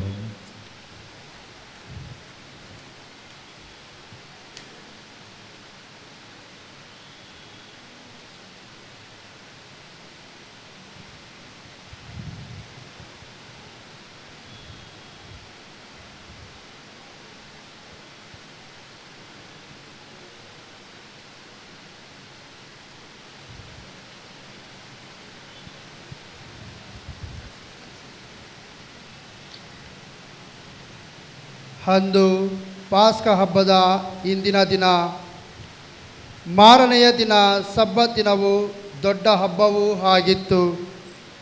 ಸಬ್ಬತ್ ದಿನದಂದು ಶವಗಳು ಶಿಲುಬೆ ಮೇಲೆ ತೂಗಾಡುವುದು ಸರಿಯಲ್ಲವೆಂದುಕೊಂಡು ಶಿಲುಬೆಗೇರಿಸಲಾಗಿದ್ದವರ ಕಾಲುಗಳನ್ನು ಮುರಿದು ಅವರ ಶವವನ್ನು ಅಂದೇ ತೆಗೆಸಿಬಿಡಲು ಯಹೂದ್ಯರು ಪಿಲಾತನಿಂದ ಅಪ್ಪಣೆ ಕೇಳಿಕೊಂಡರು. ಅಂತೆಯೇ ಸೈನಿಕರು ಬಂದು ಯೇಸುವಿನೊಡನೆ ಶಿಲುಬೆಗೇರಿಸಲಾಗಿದ್ದ ಮೊದಲನೆಯವನ ಮತ್ತು ಎರಡನೆಯವನ ಕಾಲುಗಳನ್ನು ಮುರಿದರು. ತರುವಾಯ ಯೇಸುವಿನ ಬಳಿಗೆ ಬಂದರು. ಯೇಸು ಆಗಲೇ ಸತ್ತು ಹೋಗಿರುವುದನ್ನು ಕಂಡು ಅವರ ಕಾಲುಗಳನ್ನು ಮುರಿಯಲಿಲ್ಲ. ಆದರೂ ಸೈನಿಕರಲ್ಲಿ ಒಬ್ಬನು ಈಟಿಯಿಂದ ಅವರ ಪಕ್ಕೆಯನ್ನು ತಿವಿದನು. ಕೂಡಲೇ ರಕ್ತವು ನೀರು ಅಲ್ಲಿಂದ ಹೊರಗೆ ಹರಿದು ಬಂದವು. ಇದು ಕಣ್ಣಾರೆ ಕಂಡವನ ಹೇಳಿಕೆ. ಈ ಹೇಳಿಕೆ ಸತ್ಯವಾದದ್ದು. ತಾನು ಸತ್ಯವನ್ನು ನುಡಿಯುತ್ತೇನೆಂಬ ಅರಿವು ಅವನಿಗೆ ಇದೆ. ನೀವು ವಿಶ್ವಾಸಿಸಬೇಕೆಂದೇ ಆತನು ಇದನ್ನು ಹೇಳಿದ್ದಾನೆ. ಆತನ ಎಲುಬೊಂದನ್ನು ಮುರಿಯಕೂಡದು ಎಂದು ಪವಿತ್ರ ಗ್ರಂಥದಲ್ಲಿ ಬರೆದಿದೆ. ಆ ವಾಕ್ಯ ನೆರವೇರುವಂತೆ ಹೀಗೆ ನಡೆಯಿತು. ತಾವು ಹಿರಿದವನನ್ನೇ ಅವರು ನಿರೀಕ್ಷಿಸುವರು ಎನ್ನುತ್ತಲೇ ಇನ್ನೊಂದು ವಾಕ್ಯ. ಹರಿಮತಾಯ ಊರಿನ ಜೋಸೆಫ್ ಎಂಬುವನು ಕೂಡ ಯೇಸುವಿನ ಶಿಷ್ಯರಲ್ಲಿ ಒಬ್ಬನು. ಈತನು ಯಹೂದ್ಯರಿಗೆ ಹೆದರಿ ತಾನು ಶಿಷ್ಯನೆಂದು ತೋರಿಸಿಕೊಳ್ಳುತ್ತಿರಲಿಲ್ಲ. ಮೇಲೆ ಹೇಳಿದ ಮೇಲೆ ನಡೆದಾದ ಮೇಲೆ ಈತನು ಯೇಸುವಿನ ಪಾರ್ಥಿವ ಶರೀರವನ್ನು ಕೊಂಡೊಯ್ಯಲು ಪಿಲಾತನಿಂದ ಅಪ್ಪಣೆ ಕೇಳಿದನು. ಪಿಲಾತನು ಒಪ್ಪಿಗೆ ಕೊಡಲು ಈತನು ಬಂದು ಪಾರ್ಥಿವ ಶರೀರವನ್ನು ಕೊಂಡೊಯ್ದನು. ಈತನು ಮಾತ್ರವಲ್ಲ, ಹಿಂದೊಮ್ಮೆ ಯೇಸುವನ್ನು ರಾತ್ರಿಯಲ್ಲಿ ನೋಡಲು ಬಂದಿದ್ದ ನಿಕೋದಮನು ಕೂಡ ಅಲ್ಲಿಗೆ ಬಂದನು. ಇವನು ರಕ್ತಬೋಳ ಹಾಗೂ ಅಂಗುರ ಕಲಿಸಿದ 30 ಕಿಲೋಗ್ರಾಂನಷ್ಟು ಚೂರ್ಣವನ್ನು ತಂದಿದ್ದನು. ಇವರು ಯೇಸುವಿನ ಪಾರ್ಥಿವ ಶರೀರವನ್ನು ತೆಗೆದು ಯಹೂದ್ಯರ ಶವ ಸಂಸ್ಕಾರದ ಪದ್ಧತಿಯಂತೆ ಸುಗಂಧ ದ್ರವ್ಯಗಳನ್ನು ಹಾಕಿ ನಾರುಮಡಿಯಲ್ಲಿ ಸುತ್ತಿದರು. ಯೇಸುವನ್ನು ಶಿಲುಬೆಗೇರಿಸಿದ ಸ್ಥಳದಲ್ಲಿ ಒಂದು ತೋಟವಿತ್ತು. ಆ ತೋಟದಲ್ಲಿ ಅದುವರೆಗೂ ಯಾರ ಶವವನ್ನು ಇಡದ ಹೊಸ ಸಮಾಧಿ ಇತ್ತು. ಸಮಾಧಿಯು ಹತ್ತಿರದಲ್ಲೇ ಇದ್ದುದರಿಂದ ಹಾಗೂ ಮರುದಿನ ಪಾಸ್ಕ ಹಬ್ಬವಾದ್ದರಿಂದ ಯೇಸುವಿನ ಪಾರ್ಥಿವ ಶರೀರವನ್ನು ಅಲ್ಲಿ ಸಮಾಧಿ ಮಾಡಿದರು. ಮಾಡಿ ಎಲ್ಲ ಕುಳಿತುಕೊಳ್ಳಿ.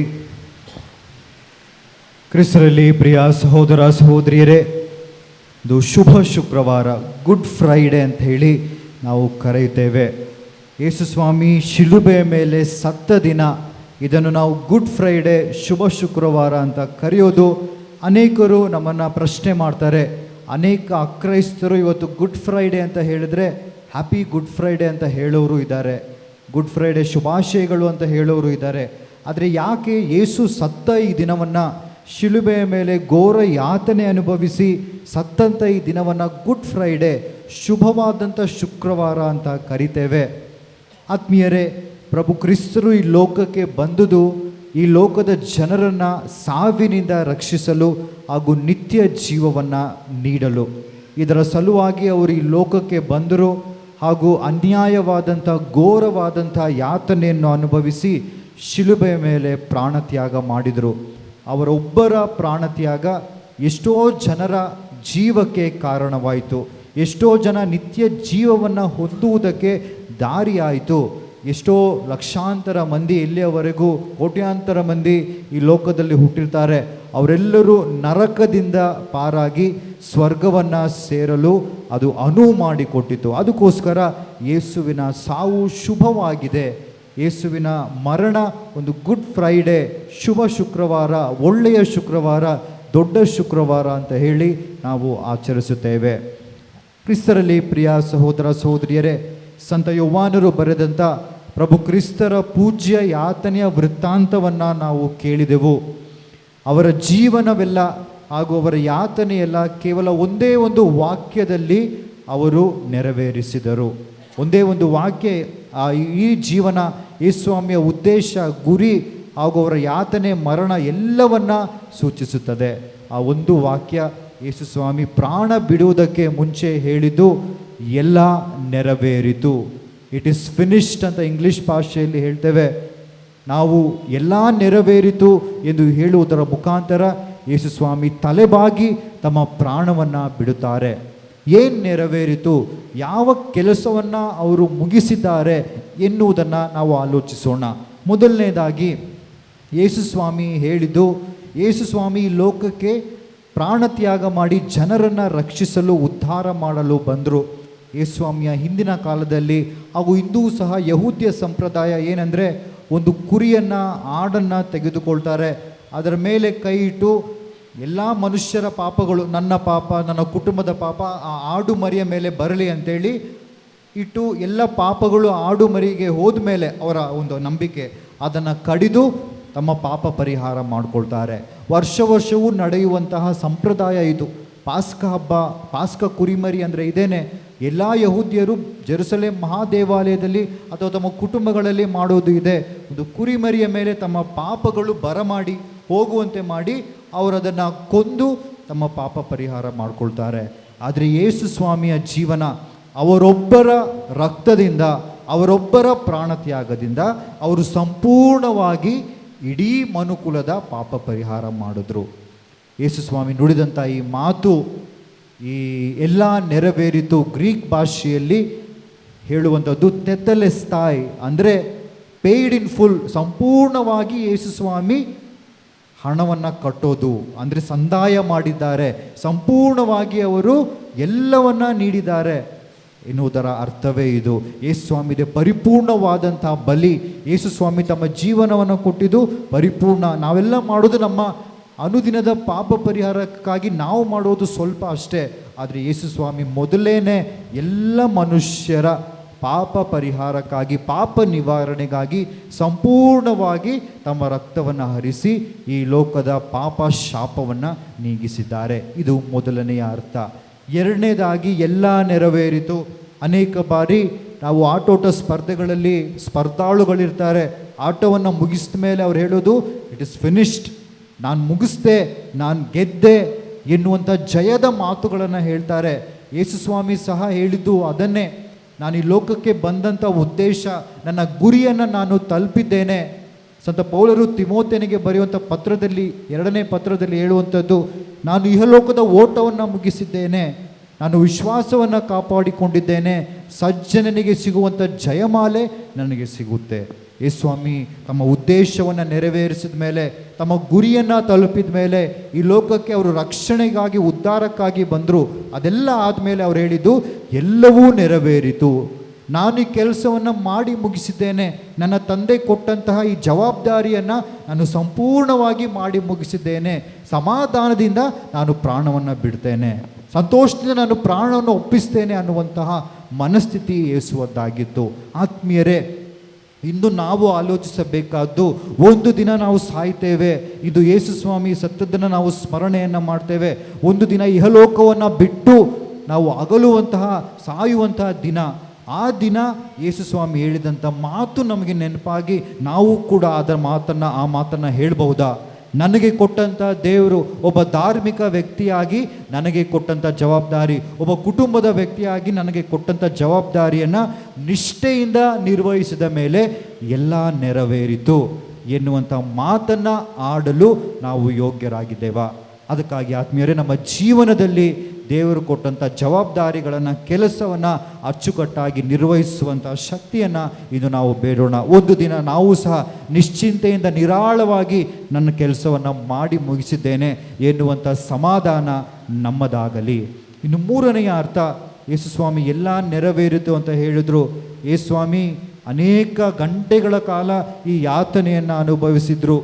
ನೋಡ್ತೇವೆ, ಯೇಸು ಸ್ವಾಮಿನ ಅನ್ಯಾಯವಾಗಿ ಹಿಡಿದುಕೊಳ್ತಾರೆ, ಚಾಟಿ ಏಟುಗಳಿಂದ ಹೊಡಿತಾರೆ, ಅವರಿಗೆ ಇಲ್ಲ ಸಲ್ಲದ ದೋಷಾರೋಪಣೆಯನ್ನು ಮಾಡ್ತಾರೆ, ಮುಳ್ಳಿನ ಮುಕುಟವನ್ನು ತೊಡಿಸ್ತಾರೆ, ದೊಡ್ಡ ಶಿಲುಬೆಯನ್ನು ಹೊರುವಂತೆ ಮಾಡ್ತಾರೆ, ಹಾಗೂ ಅವಮಾನ ಮಾಡ್ತಾರೆ. ಅನೇಕ ರೀತಿಯಾದಂಥ ಮಾತುಗಳಿಂದ, ನಿಂದೆಯಿಂದ ಅವ್ರನ್ನ ನೋವಿಗೆ ಗುರಿ ಮಾಡ್ತಾರೆ.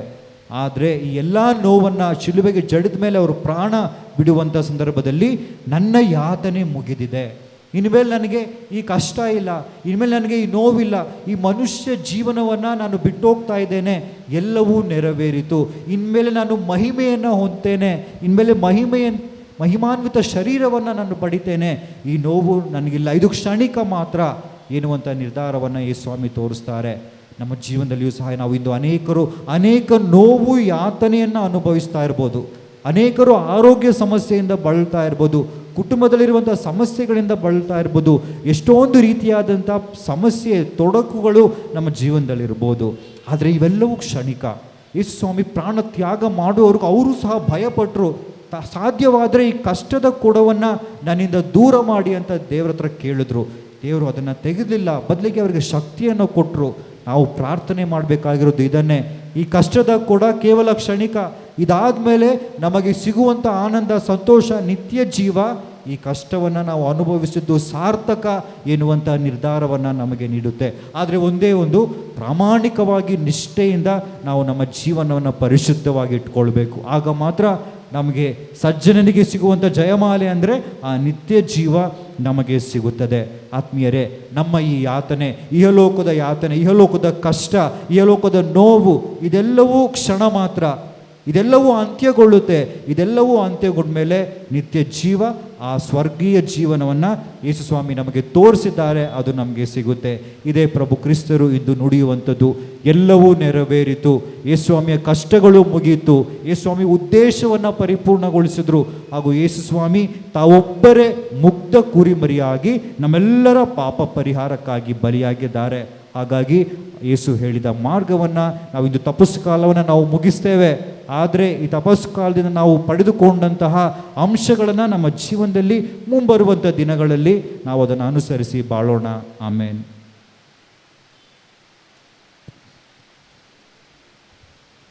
ಸಾಮೂಹಿಕ ಮತ್ತು ಸಾಂಭ್ರಮಿಕ ಪ್ರಾರ್ಥನೆಗಳು. ಈ ಸಾಮೂಹಿಕ ಪ್ರಾರ್ಥನೆ ಒಂದು ವಿಶೇಷ ಪ್ರಾರ್ಥನೆ. ಒಟ್ಟು 10 ಉದ್ದೇಶಗಳಿಗಾಗಿ ಪ್ರಾರ್ಥನೆಗಳಿವೆ. ಅಗತ್ಯವಿದ್ದಲ್ಲಿ ಸ್ಥಳೀಯ ಉದ್ದೇಶಗಳನ್ನು ಸೇರಿಸಬಹುದು.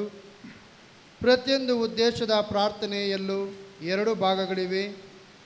ಮೊದಲನೆಯ ಭಾಗವನ್ನು ಯಾಜಕ, ಉಪಯಾಜಕ ಅಥವಾ ಭಕ್ತರಲ್ಲೊಬ್ಬರು ಹೇಳುತ್ತಾರೆ ಅಥವಾ ಹಾಡುತ್ತಾರೆ. ಸ್ವಲ್ಪ ಕಾಲ ಮೌನದ ನಂತರ ಯಾಜಕರು ಎರಡನೆಯ ಭಾಗವನ್ನು ಹೇಳುತ್ತಾರೆ ಅಥವಾ ಹಾಡುತ್ತಾರೆ.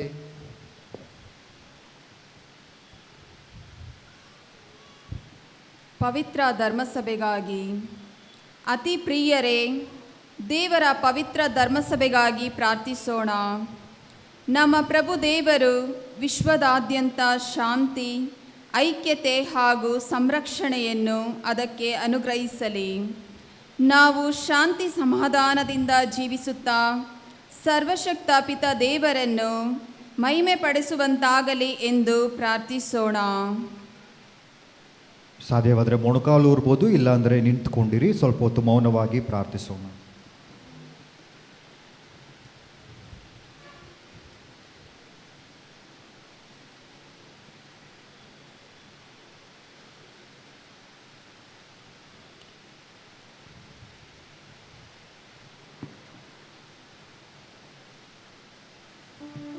ಎದ್ದು ನಿಲ್ಲೋಣ. ಸರ್ವಶಕ್ತ ಸದಾ ಜೀವಿಸುವ ದೇವರೇ, ನೀವು ನಿಮ್ಮ ಮಹಿಮೆಯನ್ನು ಕ್ರಿಸ್ತರಲ್ಲಿ ಎಲ್ಲ ಜನಾಂಗಗಳಿಗೆ ಪ್ರಕಟಿಸಿದ್ದೀರಿ. ನಿಮ್ಮ ದಯಾ ಕಾರ್ಯಗಳನ್ನು ಕಾದಿರಿಸಿರಿ. ಹೀಗೆ ವಿಶ್ವವ್ಯಾಪ್ತವಾಗಿರುವ ನಿಮ್ಮ ಧರ್ಮಸಭೆಯು ವಿಶ್ವಾಸದಲ್ಲಿ ಸ್ಥಿರವಾಗಿದ್ದು ನಿಮ್ಮ ನಾಮವನ್ನು ನಿರಂತರವಾಗಿ ನಿವೇದಿಸುವಂತೆ ಮಾಡಿರಿ. ನಮ್ಮ ಪ್ರಭು ಕ್ರಿಸ್ತರ ಮುಖಾಂತರ ನಿಮ್ಮನ್ನು ಪ್ರಾರ್ಥಿಸುತ್ತೇವೆ.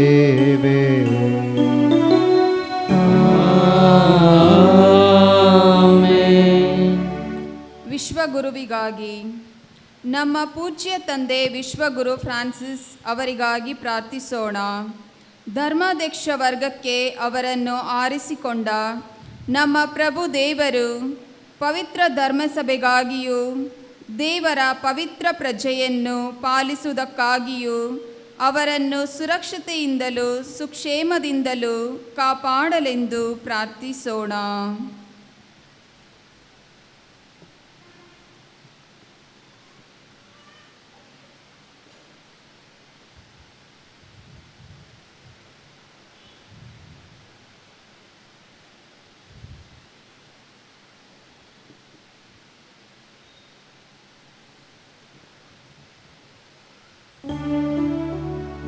ಸರ್ವಶಕ್ತ ಸದಾ ಜೀವಿಸುವ ದೇವರೇ, ನಿಮ್ಮ ನಿಯಮದ ಪ್ರಕಾರ ಸಕಲವೂ ನೆಲೆಗೊಂಡಿದೆ. ನಮ್ಮ ಪ್ರಾರ್ಥನೆಯನ್ನು ದಯೆಯಿಂದ ಆಲಿಸಿರಿ. ನೀವು ನಮಗಾಗಿ ಆರಿಸಿಕೊಂಡಿರುವ ವಿಶ್ವಗುರುವನ್ನು ನಿಮ್ಮ ಕರುಣೆಯಿಂದ ಕಾಪಾಡಿರಿ. ಹೀಗೆ ಸೃಷ್ಟಿಕರ್ತರಾದ ನಿಮ್ಮ ಆಳ್ವಿಕೆಯಲ್ಲಿರುವ ಕ್ರೈಸ್ತ ಪ್ರಜೆ ಅವರ ಅಧೀನದಲ್ಲಿ ತನ್ನ ವಿಶ್ವಾಸದ ಪುಣ್ಯ ಫಲಗಳಲ್ಲಿ ಪ್ರವರ್ತಿಸುವಂತೆ ಮಾಡಿರಿ. ನಮ್ಮ ಪ್ರಭು ಕ್ರಿಸ್ತರ ಮುಖಾಂತರ ನಿಮ್ಮನ್ನು ಪ್ರಾರ್ಥಿಸುತ್ತೇವೆ.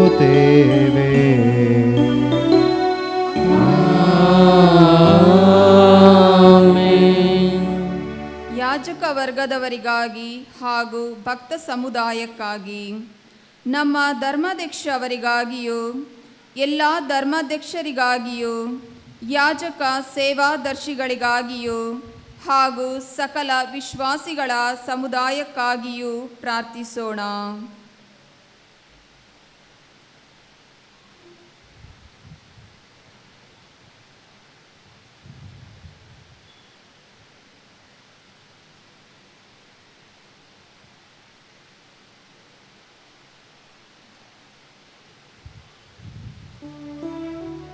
ಸರ್ವಶಕ್ತ ಸದಾ ಜೀವಿಸುವ ದೇವರೇ, ನಿಮ್ಮ ಪವಿತ್ರಾತ್ಮರ ಮುಖಾಂತರ ಧರ್ಮಸಭೆಯ ಪೂರ್ಣ ಶರೀರವನ್ನು ಪಾವನಗೊಳಿಸಿ ಪರಿಪಾಲಿಸುತ್ತೀರಿ.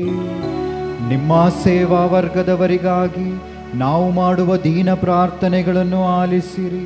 ನಿಮ್ಮ ಕೃಪಾವರದ ಕೊಡುಗೆಯಿಂದ ಅವರು ನಿಮಗೆ ನಿಷ್ಠೆಯಿಂದ ಸೇವೆ ಸಲ್ಲಿಸಲಿ. ನಮ್ಮ ಪ್ರಭು ಕ್ರಿಸ್ತರ ಮುಖಾಂತರ ನಿಮ್ಮನ್ನು ಪ್ರಾರ್ಥಿಸುತ್ತೇವೆ.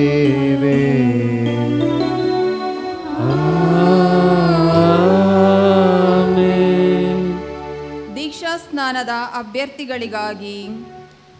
ಸ್ನಾನದ ಅಭ್ಯರ್ಥಿಗಳಿಗಾಗಿ ಪ್ರಾರ್ಥಿಸೋಣ. ನಮ್ಮ ಪ್ರಭು ದೇವರು ಅವರ ಅಂತರಂಗದ ಕಿವಿಗಳನ್ನು ಪೂರ್ಣವಾಗಿ ತೆರೆಯಲಿ ಹಾಗೂ ತಮ್ಮ ದಯೆಯ ದ್ವಾರಗಳನ್ನು ಅವರಿಗೆ ತೆರೆಯಲಿ. ಹೀಗೆ ಈ ಅಭ್ಯರ್ಥಿಗಳು ನವಜೀವವನ್ನೀಯುವ ನೀರಿನಿಂದ ತಮ್ಮ ಎಲ್ಲ ಪಾಪಗಳಿಗೆ ಕ್ಷಮೆಯನ್ನು ಪಡೆದು ನಮ್ಮ ಪ್ರಭು ಕ್ರಿಸ್ತರಲ್ಲಿ ಒಂದಾಗಿ ನೆಲೆಸುವಂತೆ ಮಾಡಬೇಕೆಂದು ಪ್ರಾರ್ಥಿಸೋಣ.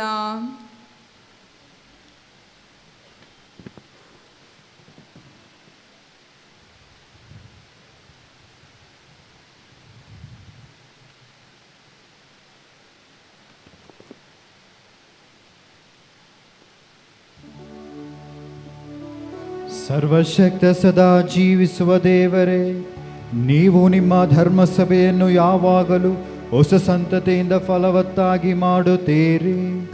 ದೀಕ್ಷಾ ಸ್ನಾನದ ಅಭ್ಯರ್ಥಿಗಳ ವಿಶ್ವಾಸವನ್ನು ಜ್ಞಾನವನ್ನು ಹೆಚ್ಚಿಸಿರಿ.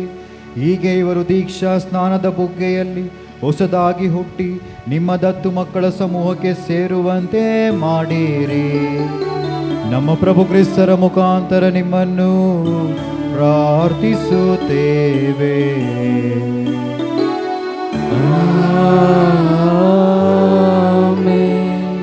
ಕ್ರೈಸ್ತರ ಐಕ್ಯತೆಗಾಗಿ ಕ್ರಿಸ್ತರನ್ನು ವಿಶ್ವಾಸಿಸುವ ನಮ್ಮ ಎಲ್ಲ ಸಹೋದರ ಸಹೋದರಿಯರಿಗಾಗಿ ಪ್ರಾರ್ಥಿಸೋಣ.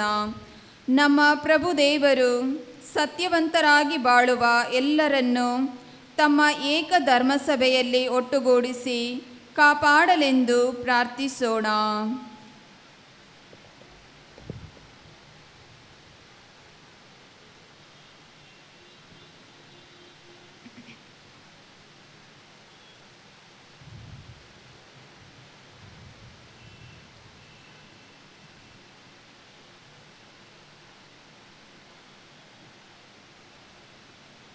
ಸರ್ವಶಕ್ತ ಸದಾ ಜೀವಿಸುವ ದೇವರೇ, ಚದುರಿ ಹೋದವರನ್ನು ಒಟ್ಟುಗೂಡಿಸಿದನ್ನು ಸಂರಕ್ಷಿಸುತ್ತೀರಿ. ನಿಮ್ಮ ಪುತ್ರರ ಮಂದೆಯನ್ನು ಕರುಣೆಯಿಂದ ವೀಕ್ಷಿಸಿರಿ. ಒಂದೇ ದೀಕ್ಷಾ ಸ್ನಾನದಿಂದ ಪುನೀತರಾದ ಅವರೆಲ್ಲರೂ ವಿಶ್ವಾಸದ ಸಮಗ್ರತೆಯಲ್ಲೂ ಪ್ರೀತಿಯ ಬಾಂಧವ್ಯದಲ್ಲೂ ಒಂದಾಗಿರುವಂತೆ ಮಾಡಿರಿ. ನಮ್ಮ ಪ್ರಭು ಕ್ರಿಸ್ತರ ಮುಖಾಂತರ ನಿಮ್ಮನ್ನು ಪ್ರಾರ್ಥಿಸುತ್ತೇವೆ.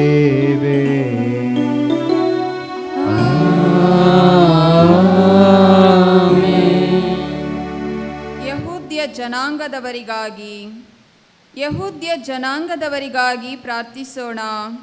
ನಮ್ಮ ಪ್ರಭು ದೇವರು ಮೊದಲು ಇವರೊಂದಿಗೆ ಮಾತನಾಡಿದರು. ದೈವನಾಮದ ಪ್ರೀತಿಯಲ್ಲೂ ಅವರ ಒಡಂಬಡಿಕೆಗೆ ನಿಷ್ಠಾವಂತರಾಗಿರುವುದರಲ್ಲೂ ಇವರು ಪ್ರವರ್ಧಿಸುವಂತೆ ಮಾಡಬೇಕೆಂದು ಪ್ರಾರ್ಥಿಸೋಣ.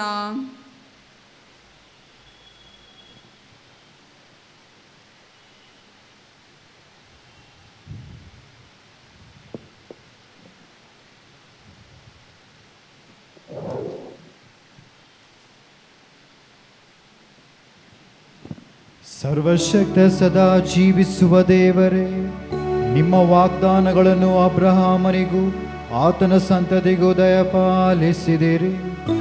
ನಿಮ್ಮ ಧರ್ಮಸಭೆಯ ಪ್ರಾರ್ಥನೆಗಳನ್ನು ಆಲಿಸಿರಿ. ಹೀಗೆ ನಾವು ನಿಮ್ಮ ಸ್ವಂತ ಪ್ರಜೆಯನ್ನಾಗಿ ಮೊದಲು ಆರಿಸಿಕೊಂಡ ಅವರು ರಕ್ಷಣೆಯ ಸಂಪೂರ್ಣತೆಯನ್ನು ಹೊಂದುವಂತೆ ಅನುಗ್ರಹಿಸಿರಿ.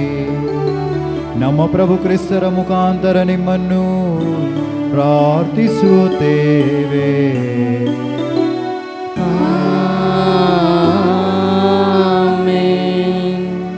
ಕ್ರೈಸ್ತೇತರಿಗಾಗಿ ಕ್ರಿಸ್ತ ಅಸ್ವಸ್ಥರನ್ನು ಇನ್ನೂ ವಿಶ್ವಾಸಿಸದೆ ಇರುವವರಿಗಾಗಿ ಪ್ರಾರ್ಥಿಸೋಣ. ಇವರು ಕೂಡ ಪವಿತ್ರಾತ್ಮರಿಂದ ಜ್ಞಾನೋದಯ ಹೊಂದಿ ರಕ್ಷಣೆಯ ಹಾದಿಯಲ್ಲಿ ನಡೆಯಲು ಶಕ್ತರಾಗಲಿ ಎಂದು ಪ್ರಾರ್ಥಿಸೋಣ.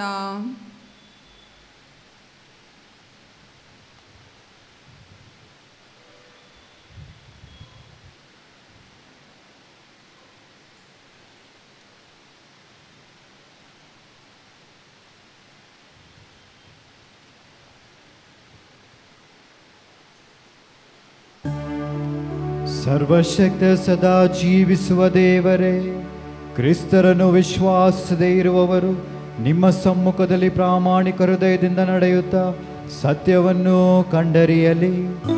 ನಾವು ಪರಸ್ಪರ ಪ್ರೀತಿಯಲ್ಲಿ ಎಡೆಬಿಡದೆ ಪ್ರವರ್ತಿಸುತ್ತಾ ನಿಮ್ಮ ಜೀವನದ ರಹಸ್ಯವನ್ನು ಹೆಚ್ಚೆಚ್ಚಾಗಿ ಅರಿತುಕೊಳ್ಳಲು ಶ್ರಮಿಸುತ್ತಾ ಪ್ರಪಂಚದಲ್ಲಿ ನಿಮ್ಮ ಪ್ರೀತಿಗೆ ಅತ್ಯುತ್ತಮ ಸಾಕ್ಷಿಗಳಾಗಿ ಬಾಳುವಂತೆ ಮಾಡಿರಿ.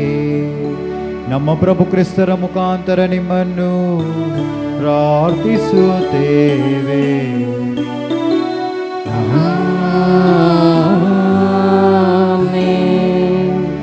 ನಾಸ್ತಿಕರಿಗಾಗಿ, ದೇವರ ಅಸ್ತಿತ್ವವನ್ನು ಅಂಗೀಕರಿಸದೆ ಇರುವವರಿಗಾಗಿ ಪ್ರಾರ್ಥಿಸೋಣ. ಇವರು ಸತ್ಯಾನ್ವೇಷಣೆಯಲ್ಲಿ ತಮ್ಮನ್ನೇ ಪ್ರಾಮಾಣಿಕವಾಗಿ ತೊಡಗಿಸಿಕೊಂಡು ದೇವರನ್ನು ಅರಿತುಕೊಳ್ಳುವ ಮಾರ್ಗವನ್ನು ಕಂಡುಕೊಳ್ಳಲಿ ಎಂದು ಪ್ರಾರ್ಥಿಸೋಣ.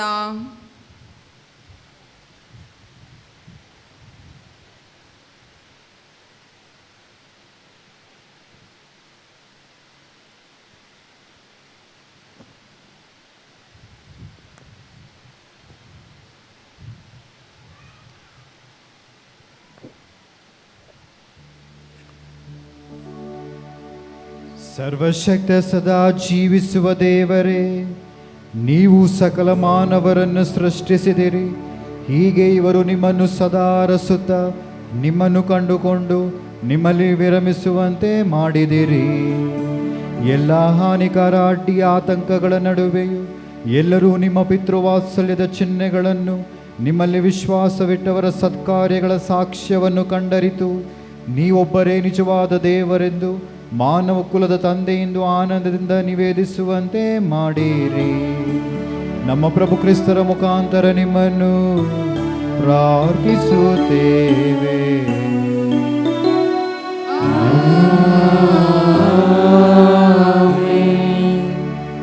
ಸಾರ್ವಜನಿಕ ಸೇವೆಯಲ್ಲಿರುವವರಿಗಾಗಿ, ಸಾರ್ವಜನಿಕ ಸೇವೆಯಲ್ಲಿರುವ ಎಲ್ಲ ಅಧಿಕಾರಿಗಳಿಗಾಗಿ ಪ್ರಾರ್ಥಿಸೋಣ. ನೈಜ ಶಾಂತಿ ಮತ್ತು ಸರ್ವರ ಸ್ವಾತಂತ್ರ್ಯಕ್ಕಾಗಿ ದುಡಿಯಲು ಅವರ ಮನಗಳನ್ನು, ಹೃದಯಗಳನ್ನು ನಮ್ಮ ಪ್ರಭುದೇವರು ತಮ್ಮ ಚಿತ್ತಾನುಸಾರ ನಿರ್ದೇಶಿಸಲೆಂದು ಪ್ರಾರ್ಥಿಸೋಣ.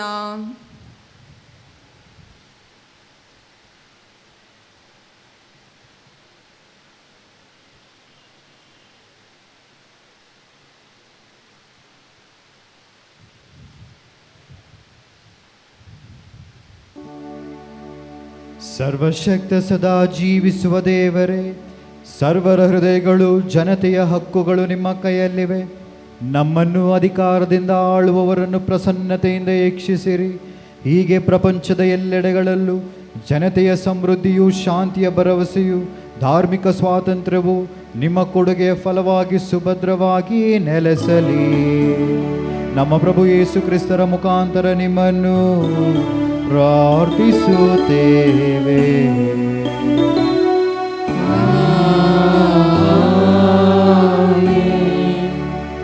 ಸಂಕಟಕ್ಕೆ ಒಳಗಾಗಿರುವವರಿಗಾಗಿ, ಅತಿ ಪ್ರಿಯರೇ, ಸರ್ವಶಕ್ತ ಪಿತ ದೇವರನ್ನು ಪ್ರಾರ್ಥಿಸೋಣ.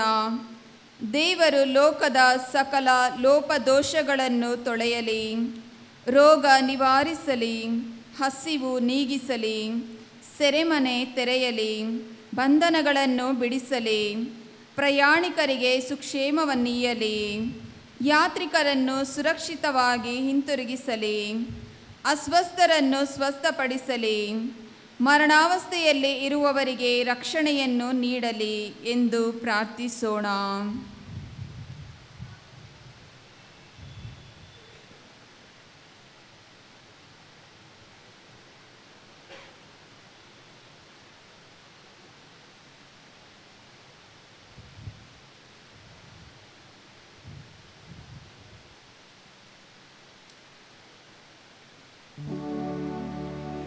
ಸರ್ವಶಕ್ತ ಸದಾ ಜೀವಿಸುವ ದೇವರೇ, ದುಃಖ ಪಡುವವರಿಗೆ ಉಪಶಮನವು, ಕಷ್ಟಪಡುವವರಿಗೆ ಶಕ್ತಿ ಸಾಮರ್ಥ್ಯವೂ ನೀವೇ.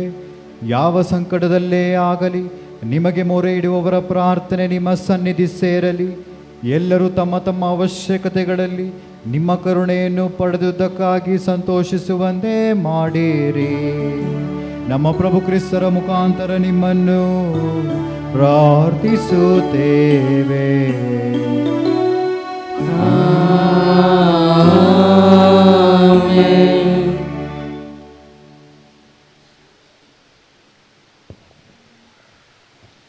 ಮೂರನೆಯ ವಿಧಿ, ಪವಿತ್ರ ಶಿಲುಬೆಗೆ ಸನ್ಮಾನ. ಶಿಲುಬೆ ಮಿಶ್ರ ಭಾವಗಳನ್ನು ಹೊರಹೊಮ್ಮಿಸುವ ಒಂದು ಸಂಕೇತ.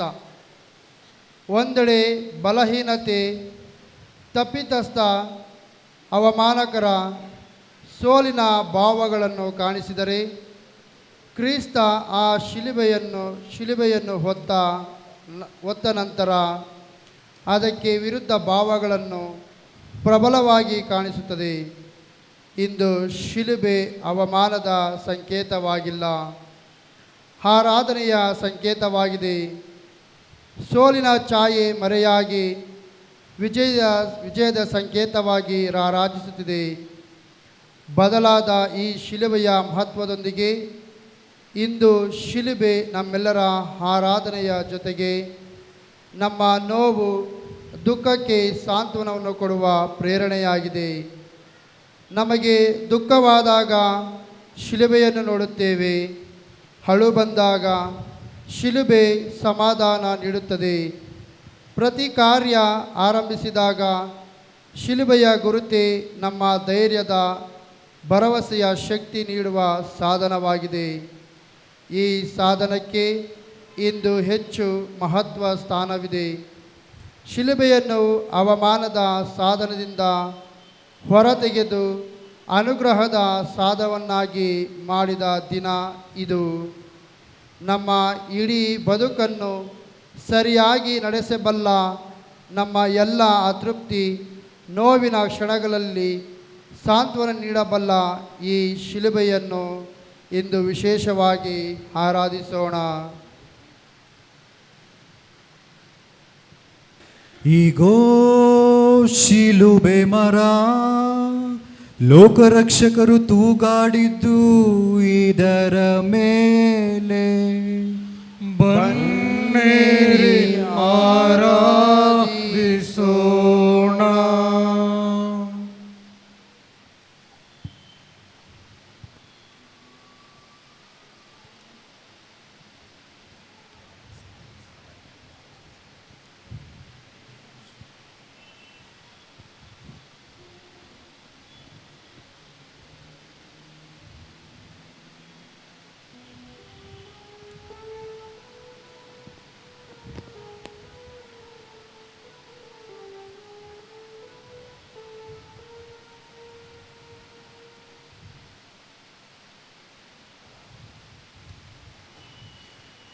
ಈಗೋ ಶಿಲುಬೆ ಮರ, ಲೋಕರಕ್ಷಕರು ತೂಗಾಡಿದ್ದು ಇದರ ಮೇಲೆ. ಬನ್ನಿರಿ ಆರಾಧಿಸೋಣ.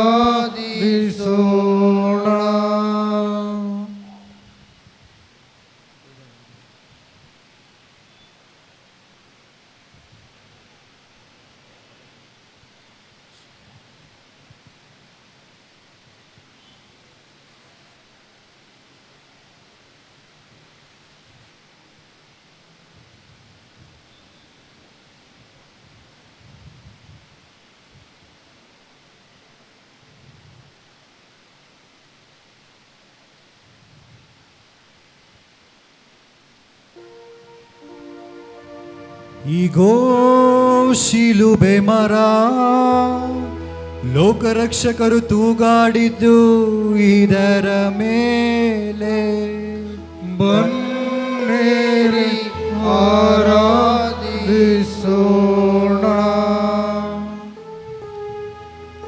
ಈಗ ಶಿಲುಬೆಯನ್ನು ಸನ್ಮಾನಿಸುವ ಸಮಯ. ಪ್ರತಿಯೊಬ್ಬರು 2 ಸಾಲಾಗಿ ಬರಬೇಕು. ಮೊದಲು ಕೆಳಗೆ ಕುಳಿತಿರುವವರು ಮುಂದೆ ಬಂದು ತದನಂತರ ಚೇರಿನ ಮೇಲೆ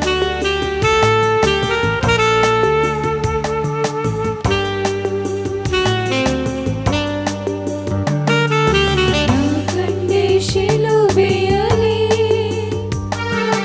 ರಕ್ತದಿ ರಕ್ಷಕರ ನನ್ನತ್ತ ನೋಡುತ್ತಿದ್ದ ನೋವಿನ ವರಪುತ್ರರ ನಾ ಕಂಡೆ ಶಿಲುಬೆಯಲ್ಲಿ ರಕ್ತದಿ ರಕ್ಷಕರ ನನ್ನತ್ತ ನೋಡುತ್ತಿದ್ದ ನೋವಿನ ವರಪುತ್ರರ ನಿನಗಾಗಿ ತಾನೇ ನೀನೆಂದೆ ನೋವು ನಿನ್ನಿಂದ ತಾನೇ ಈ ಘೋರ ಸಾವು ಇದಕ್ಕಿಂತ ನೀಡಲೇನು ಎನ್ನುವ ಶ್ರೀಸುವ ಎನ್ನುವ ಶ್ರೀಯೇಸು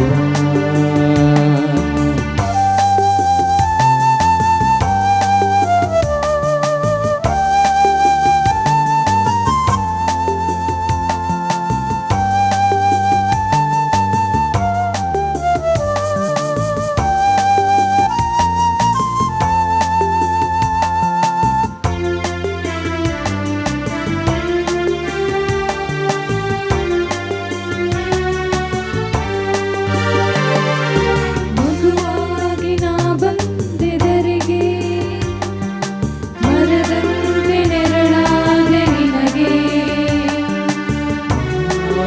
ನಾ ಜೀವ ಕೊಡಲು ಮರವೇರಿ ಬಲಿಯಾದೆ ಕೊನೆಗೆ ಕೊನೆಯುಸಿರ ಗಳಿಗೆಯಲು ನಿನಗಾಗಿ ನಾ ಬೇಡಿದೆ ಕೊನೆಯುಸಿರಗಳಿಗೆಯಲು ನಿನಗಾಗಿ ನಾ ಬೇಡಿದೆ ನಿನ್ನನ್ನು ಕಾಪಾಡಿದೆ ನಿನ್ನನ್ನು ಕಾಪಾಡಿದೆ ಆ ಕಂಡೆ ಶಿಲುಬೆಯಲ್ಲಿ ರಕ್ತದಿ ರಕ್ಷಕರ ನನ್ನತ್ತ ನೋಡುತ್ತಿದ್ದ ನೋವಿನ ವರಪುತ್ರರ ನಾ ಕಂಡೆ ಶಿಲುಬೆಯಲ್ಲಿ ರಕ್ತದಿ ರಕ್ಷಕರ ನನ್ನತ್ತ ನೋಡುತ್ತಿದ್ದ ನೋವಿನ ವರಪುತ್ರರ ನಿನಗಾಗಿ ತಾನೇ ನೀನೆಂದೆ ನೋವು ನಿನ್ನಿಂದ ತಾನೇ ಈ ಘೋರ ಸಾವು ಇದಕ್ಕಿಂತ ನೀಡಲೇನು ಎನ್ನುವ ಶ್ರೀಸುವ ಎನ್ನುವ ಶ್ರೀಯೇಸು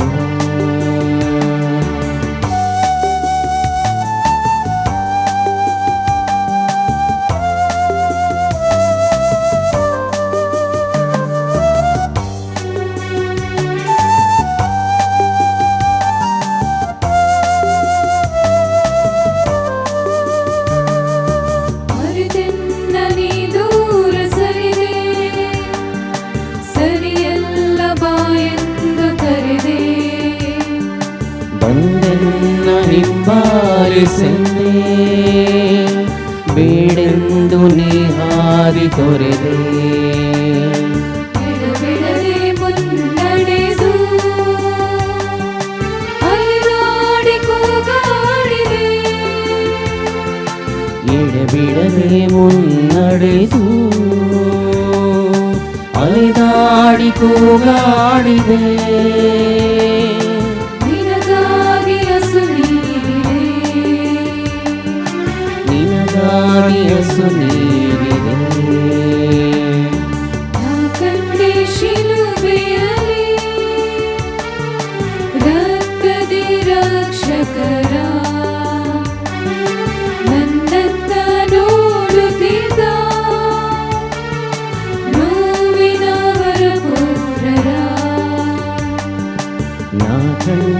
ಶಿಲುಬೆಯಲ್ಲಿ ರಕ್ತದಿಂದ ರಕ್ಷಕರ ನನ್ನತ್ತ ನೋಡುತ್ತಿದ್ದ ನೋವಿನವರ ಪುತ್ರರ ನಿನಗಾಗಿ ತಾನೇ ಈ ನಿಂದೆ ನೋವು, ನಿನ್ನಿಂದ ತಾನೇ ಈ ಘೋರ ಸಾವು, ಇದಕ್ಕಿಂತ ನೀಡಲೇನು ಎನ್ನುವ ಶ್ರೀಸುವ ಎನ್ನುವ ಶ್ರೀಸುವ.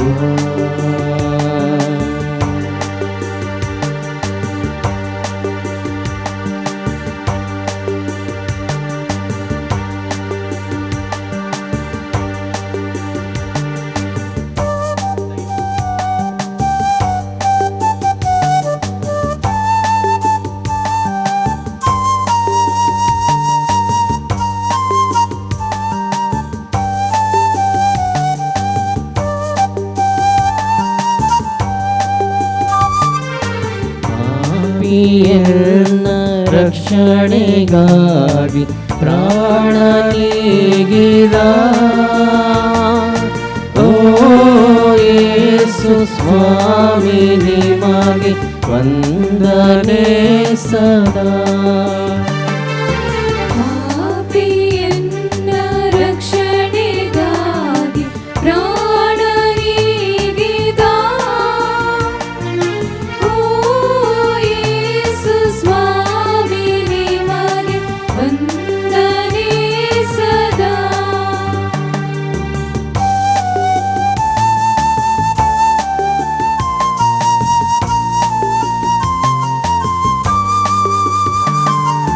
ಶಿಲುಬೆ ಮರದ ಮೇಲೆ ತೂಗಿ ಮೃತ್ಯುವಾಪಿದ ಶಿಲುಬೆ ಮರದ ಮೇಲೆ ತೂಗಿ ಮೃತ್ಯುವಾಪಿದ ಪರಮ ತ್ಯಾಗಿ ಯೇಸು ನಿಮಗೆ ಮಣಿವೆನ ಸದಾ. ಪರಮ ತ್ಯಾಗಿ ಯೇಸು ನಿಮಗೆ ಮಣಿವೆನ ಸದಾ. ಪಾಪಿಯನ್ನ ರಕ್ಷಣೆಗಾಗಿ ಪ್ರಾಣ ನೀಗಿದ ಓ ಯೇಸು ಸ್ವಾಮಿ ನಿಮಗೆ ವಂದನೆ ಸದಾ.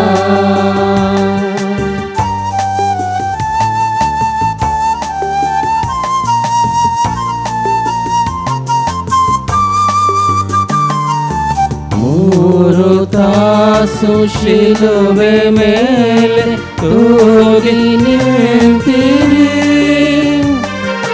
ಮೂರು ತಾಸು ಶಿಲುಬೆ ಮೇಲೆ ತೂಗಿ ನಿಂತಿರಿ. ಮರಣ ಶ್ರೇಯೋ ನೀವು ವಿಪುಲ ಪಾಡುಪಟ್ಟಿರಿ. ಮರಣಶೈಯುಳ್ ನೀವು ವಿಪುಲ ಪಾಡುಪಟ್ಟಿರಿ.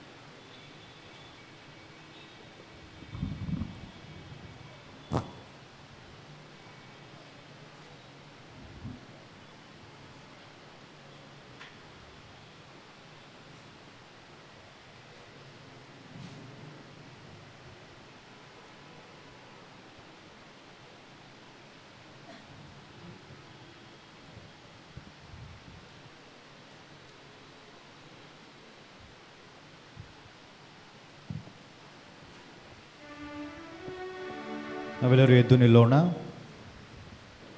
ರಕ್ಷಕರ ಆಜ್ಞೆಯ ಪ್ರಕಾರ ಮತ್ತು ದೈವ ಬೋಧನೆಯಿಂದ ಶಿಕ್ಷಿತರಾಗಿ ಧೈರ್ಯದಿಂದ ನಾವು ಹೇಳುವುದೇನೆಂದರೆ, ಸ್ವರ್ಗದಲ್ಲಿರುವ ನಮ್ಮ ತಂದೆ, ನಿಮ್ಮ ನಾಮ ಪೂಜಿತವಾಗಲಿ, ನಿಮ್ಮ ರಾಜ್ಯ ಬರಲಿ, ನಿಮ್ಮ ಚಿತ್ತ ಸ್ವರ್ಗದಲ್ಲಿ ನೆರವೇರುವ ಪ್ರಕಾರ ಭೂಮಿಯಲ್ಲಿಯೂ ನೆರವೇರಲಿ.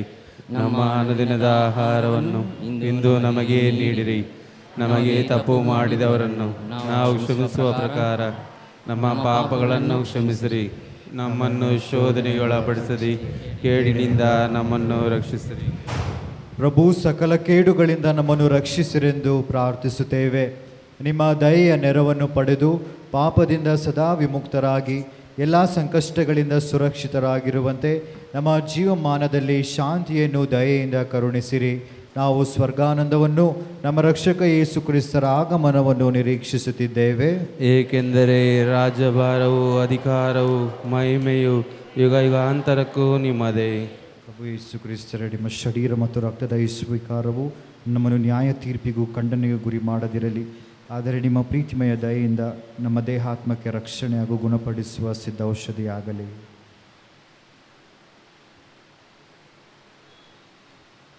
ಇಗೋ ದೇವರ ಕುರಿಮರಿ, ನಮಗಾಗಿ ಶಿಲುಬೆ ಮೇಲೆ ಮಡಿದಂತಹ ಪ್ರಭು ಕ್ರಿಸ್ತರು.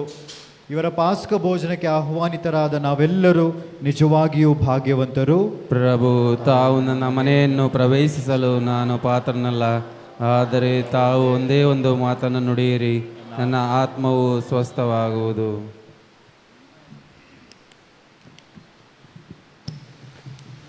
ಈಗ ಪರಮ ಪ್ರಸಾದ ವಿತರಣೆಯ ಸಮಯ.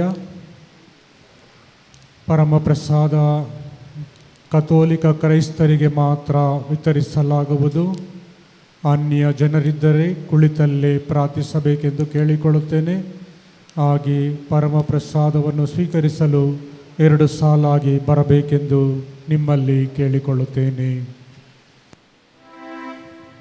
ಶರೀರ ಬನ್ನಿರಿ, ಕುಡಿಯಿರಿ ನನ್ನಯ ರಕ್ತ.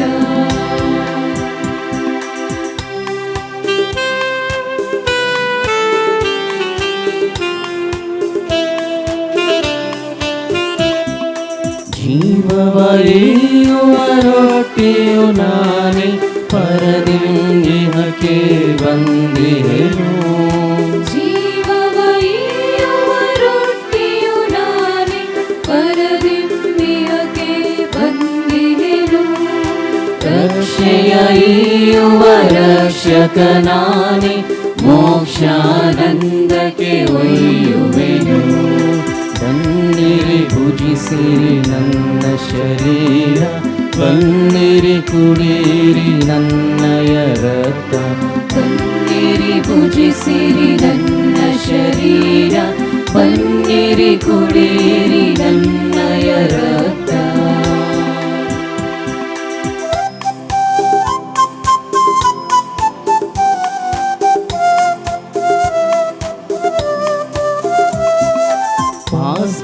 ಸ್ಮರಣೆಯ ಪಾವನ ಭೋಜನ, ನಿಮ್ಮಯ ಸ್ವಾಮಿಯ ಪ್ರೇಮ ಚಿಹ್ನೆ.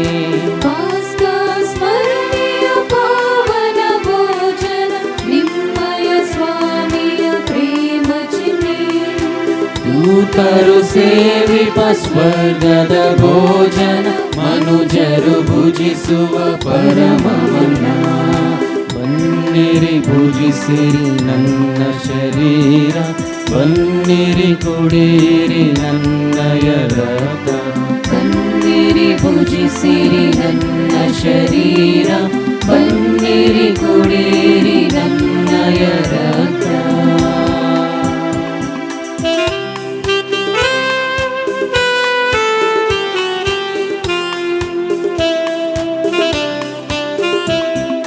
ಮಾಂಸವ ಎನ್ನಯ ಭುಜಿಸುವ ನೀವು, ನಿತ್ಯವೂ ಎನ್ನೊಳು ನೆಲೆಸುವಿರಿ.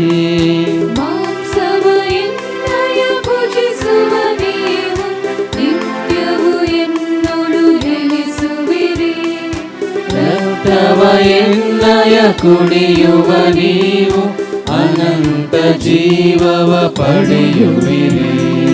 ಬನ್ನಿರಿ ಭುಜಿ ಭುಜಿಸಿರಿ ನನ್ನ ಶರೀರ, ಬನ್ನಿರಿ ಕುಡಿಯಿರಿ ನನ್ನಯ ರಕ್ತ. ಬನ್ನಿರಿ ಭುಜಿಸಿರಿ ನನ್ನ ಶರೀರ, ಬನ್ನಿರಿ ಕುಡಿಯಿರಿ ನನ್ನಯ ರಕ್ತ.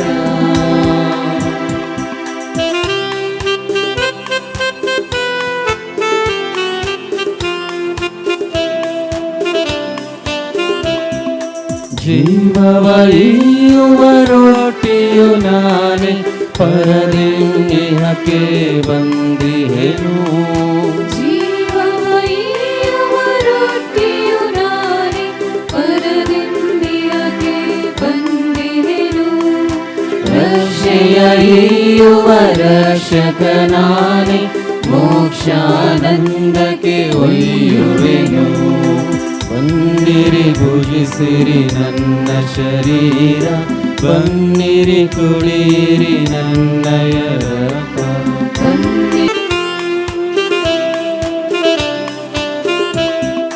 ಪಾಸ್ಕಾ ಸ್ಮರಣೆಯ ಪಾವನ ಭೋಜನ, ನಿಮ್ಮಯ ಸ್ವಾಮಿಯ ಪ್ರೇಮ ಚಿಹ್ನೆ. ಪಾಸ್ಕಾ ಸ್ಮರಣೆಯ ಪಾವನ ಭೋಜನ, ನಿಮ್ಮಯ ಸ್ವಾಮಿಯ ಪ್ರೇಮ ಚಿಹ್ನೆ.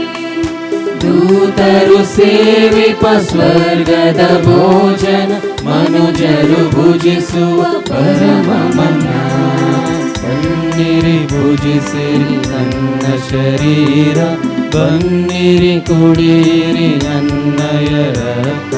ಬನ್ನಿರಿ ಭುಜಿಸಿರಿ ನನ್ನ ಶರೀರ, ಬನ್ನಿರಿ ಕುಡಿಯಿರಿ ನನ್ನಯ ರಕ್ತ.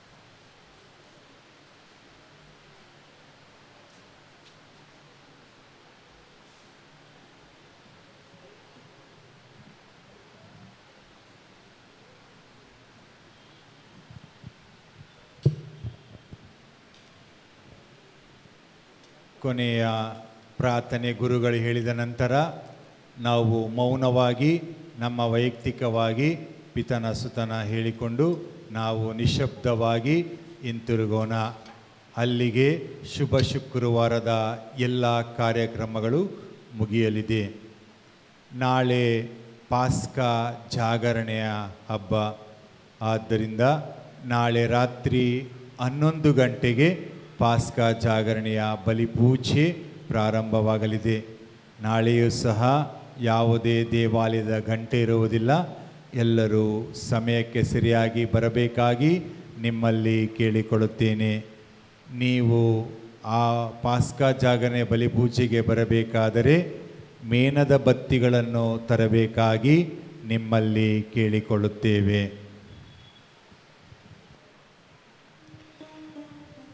ಸರ್ವಶಕ್ತ ಸದಾ ಜೀವಿಸುವ ದೇವರೇ, ಕ್ರಿಸ್ತರ ಪವಿತ್ರ ಮರಣ ಮತ್ತು ಪುನರುತ್ಥಾನದ ಮೂಲಕ ನೀವು ನಮಗೆ ಜೀವವನ್ನು ಮರಳಿ ದಯಪಾಲಿಸುತ್ತೀರಿ. ನಿಮ್ಮ ದಯಾ ಕಾರ್ಯವನ್ನು ನಮ್ಮಲ್ಲಿ ಸಂರಕ್ಷಿಸಿರಿ. ಹೀಗೆ ಈ ಪರಮ ರಹಸ್ಯದಲ್ಲಿ ಭಾಗಿಗಳಾದ ನಾವು ನಿಮ್ಮ ಭಕ್ತಿಯಲ್ಲಿ ಸತತವು ಜೀವಿಸುವಂತೆ ಮಾಡಿರಿ. ನಮ್ಮ ಪ್ರಭು ಕ್ರಿಸ್ತರ ಮುಖಾಂತರ ನಿಮ್ಮನ್ನು ಪ್ರಾರ್ಥಿಸುತ್ತೇವೆ.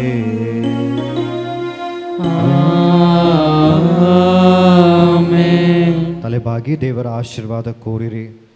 ಪ್ರಭು, ಪುನರುತ್ಥಾನದ ನಿರೀಕ್ಷೆಯೊಂದಿಗೆ ನಿಮ್ಮ ಪುತ್ರರ ಮರಣವನ್ನು ಸನ್ಮಾನಿಸಿದ ಈ ಪ್ರಜೆಯ ಮೇಲೆ ನಿಮ್ಮ ಆಶೀರ್ವಾದವು ಹೇರಳವಾಗಿ ಇಳಿದು ಬರಲಿ. ಅದಕ್ಕೆ ಕ್ಷಮೆ ದೊರಕಲಿ, ಉಪಶಮನ ಲಭಿಸಲಿ, ಅದರ ಪವಿತ್ರ ವಿಶ್ವಾಸವು ಪ್ರವರ್ಧಿಸಲಿ, ಅದರ ನಿತ್ಯ ರಕ್ಷಣೆಯು ಸ್ಥಿರವಾಗಲಿ. ನಮ್ಮ ಪ್ರಭು ಕ್ರಿಸ್ತರ ಮುಖಾಂತರ ನಿಮ್ಮನ್ನು ಪ್ರಾರ್ಥಿಸುತ್ತೇವೆ. ಆಮೆನ್.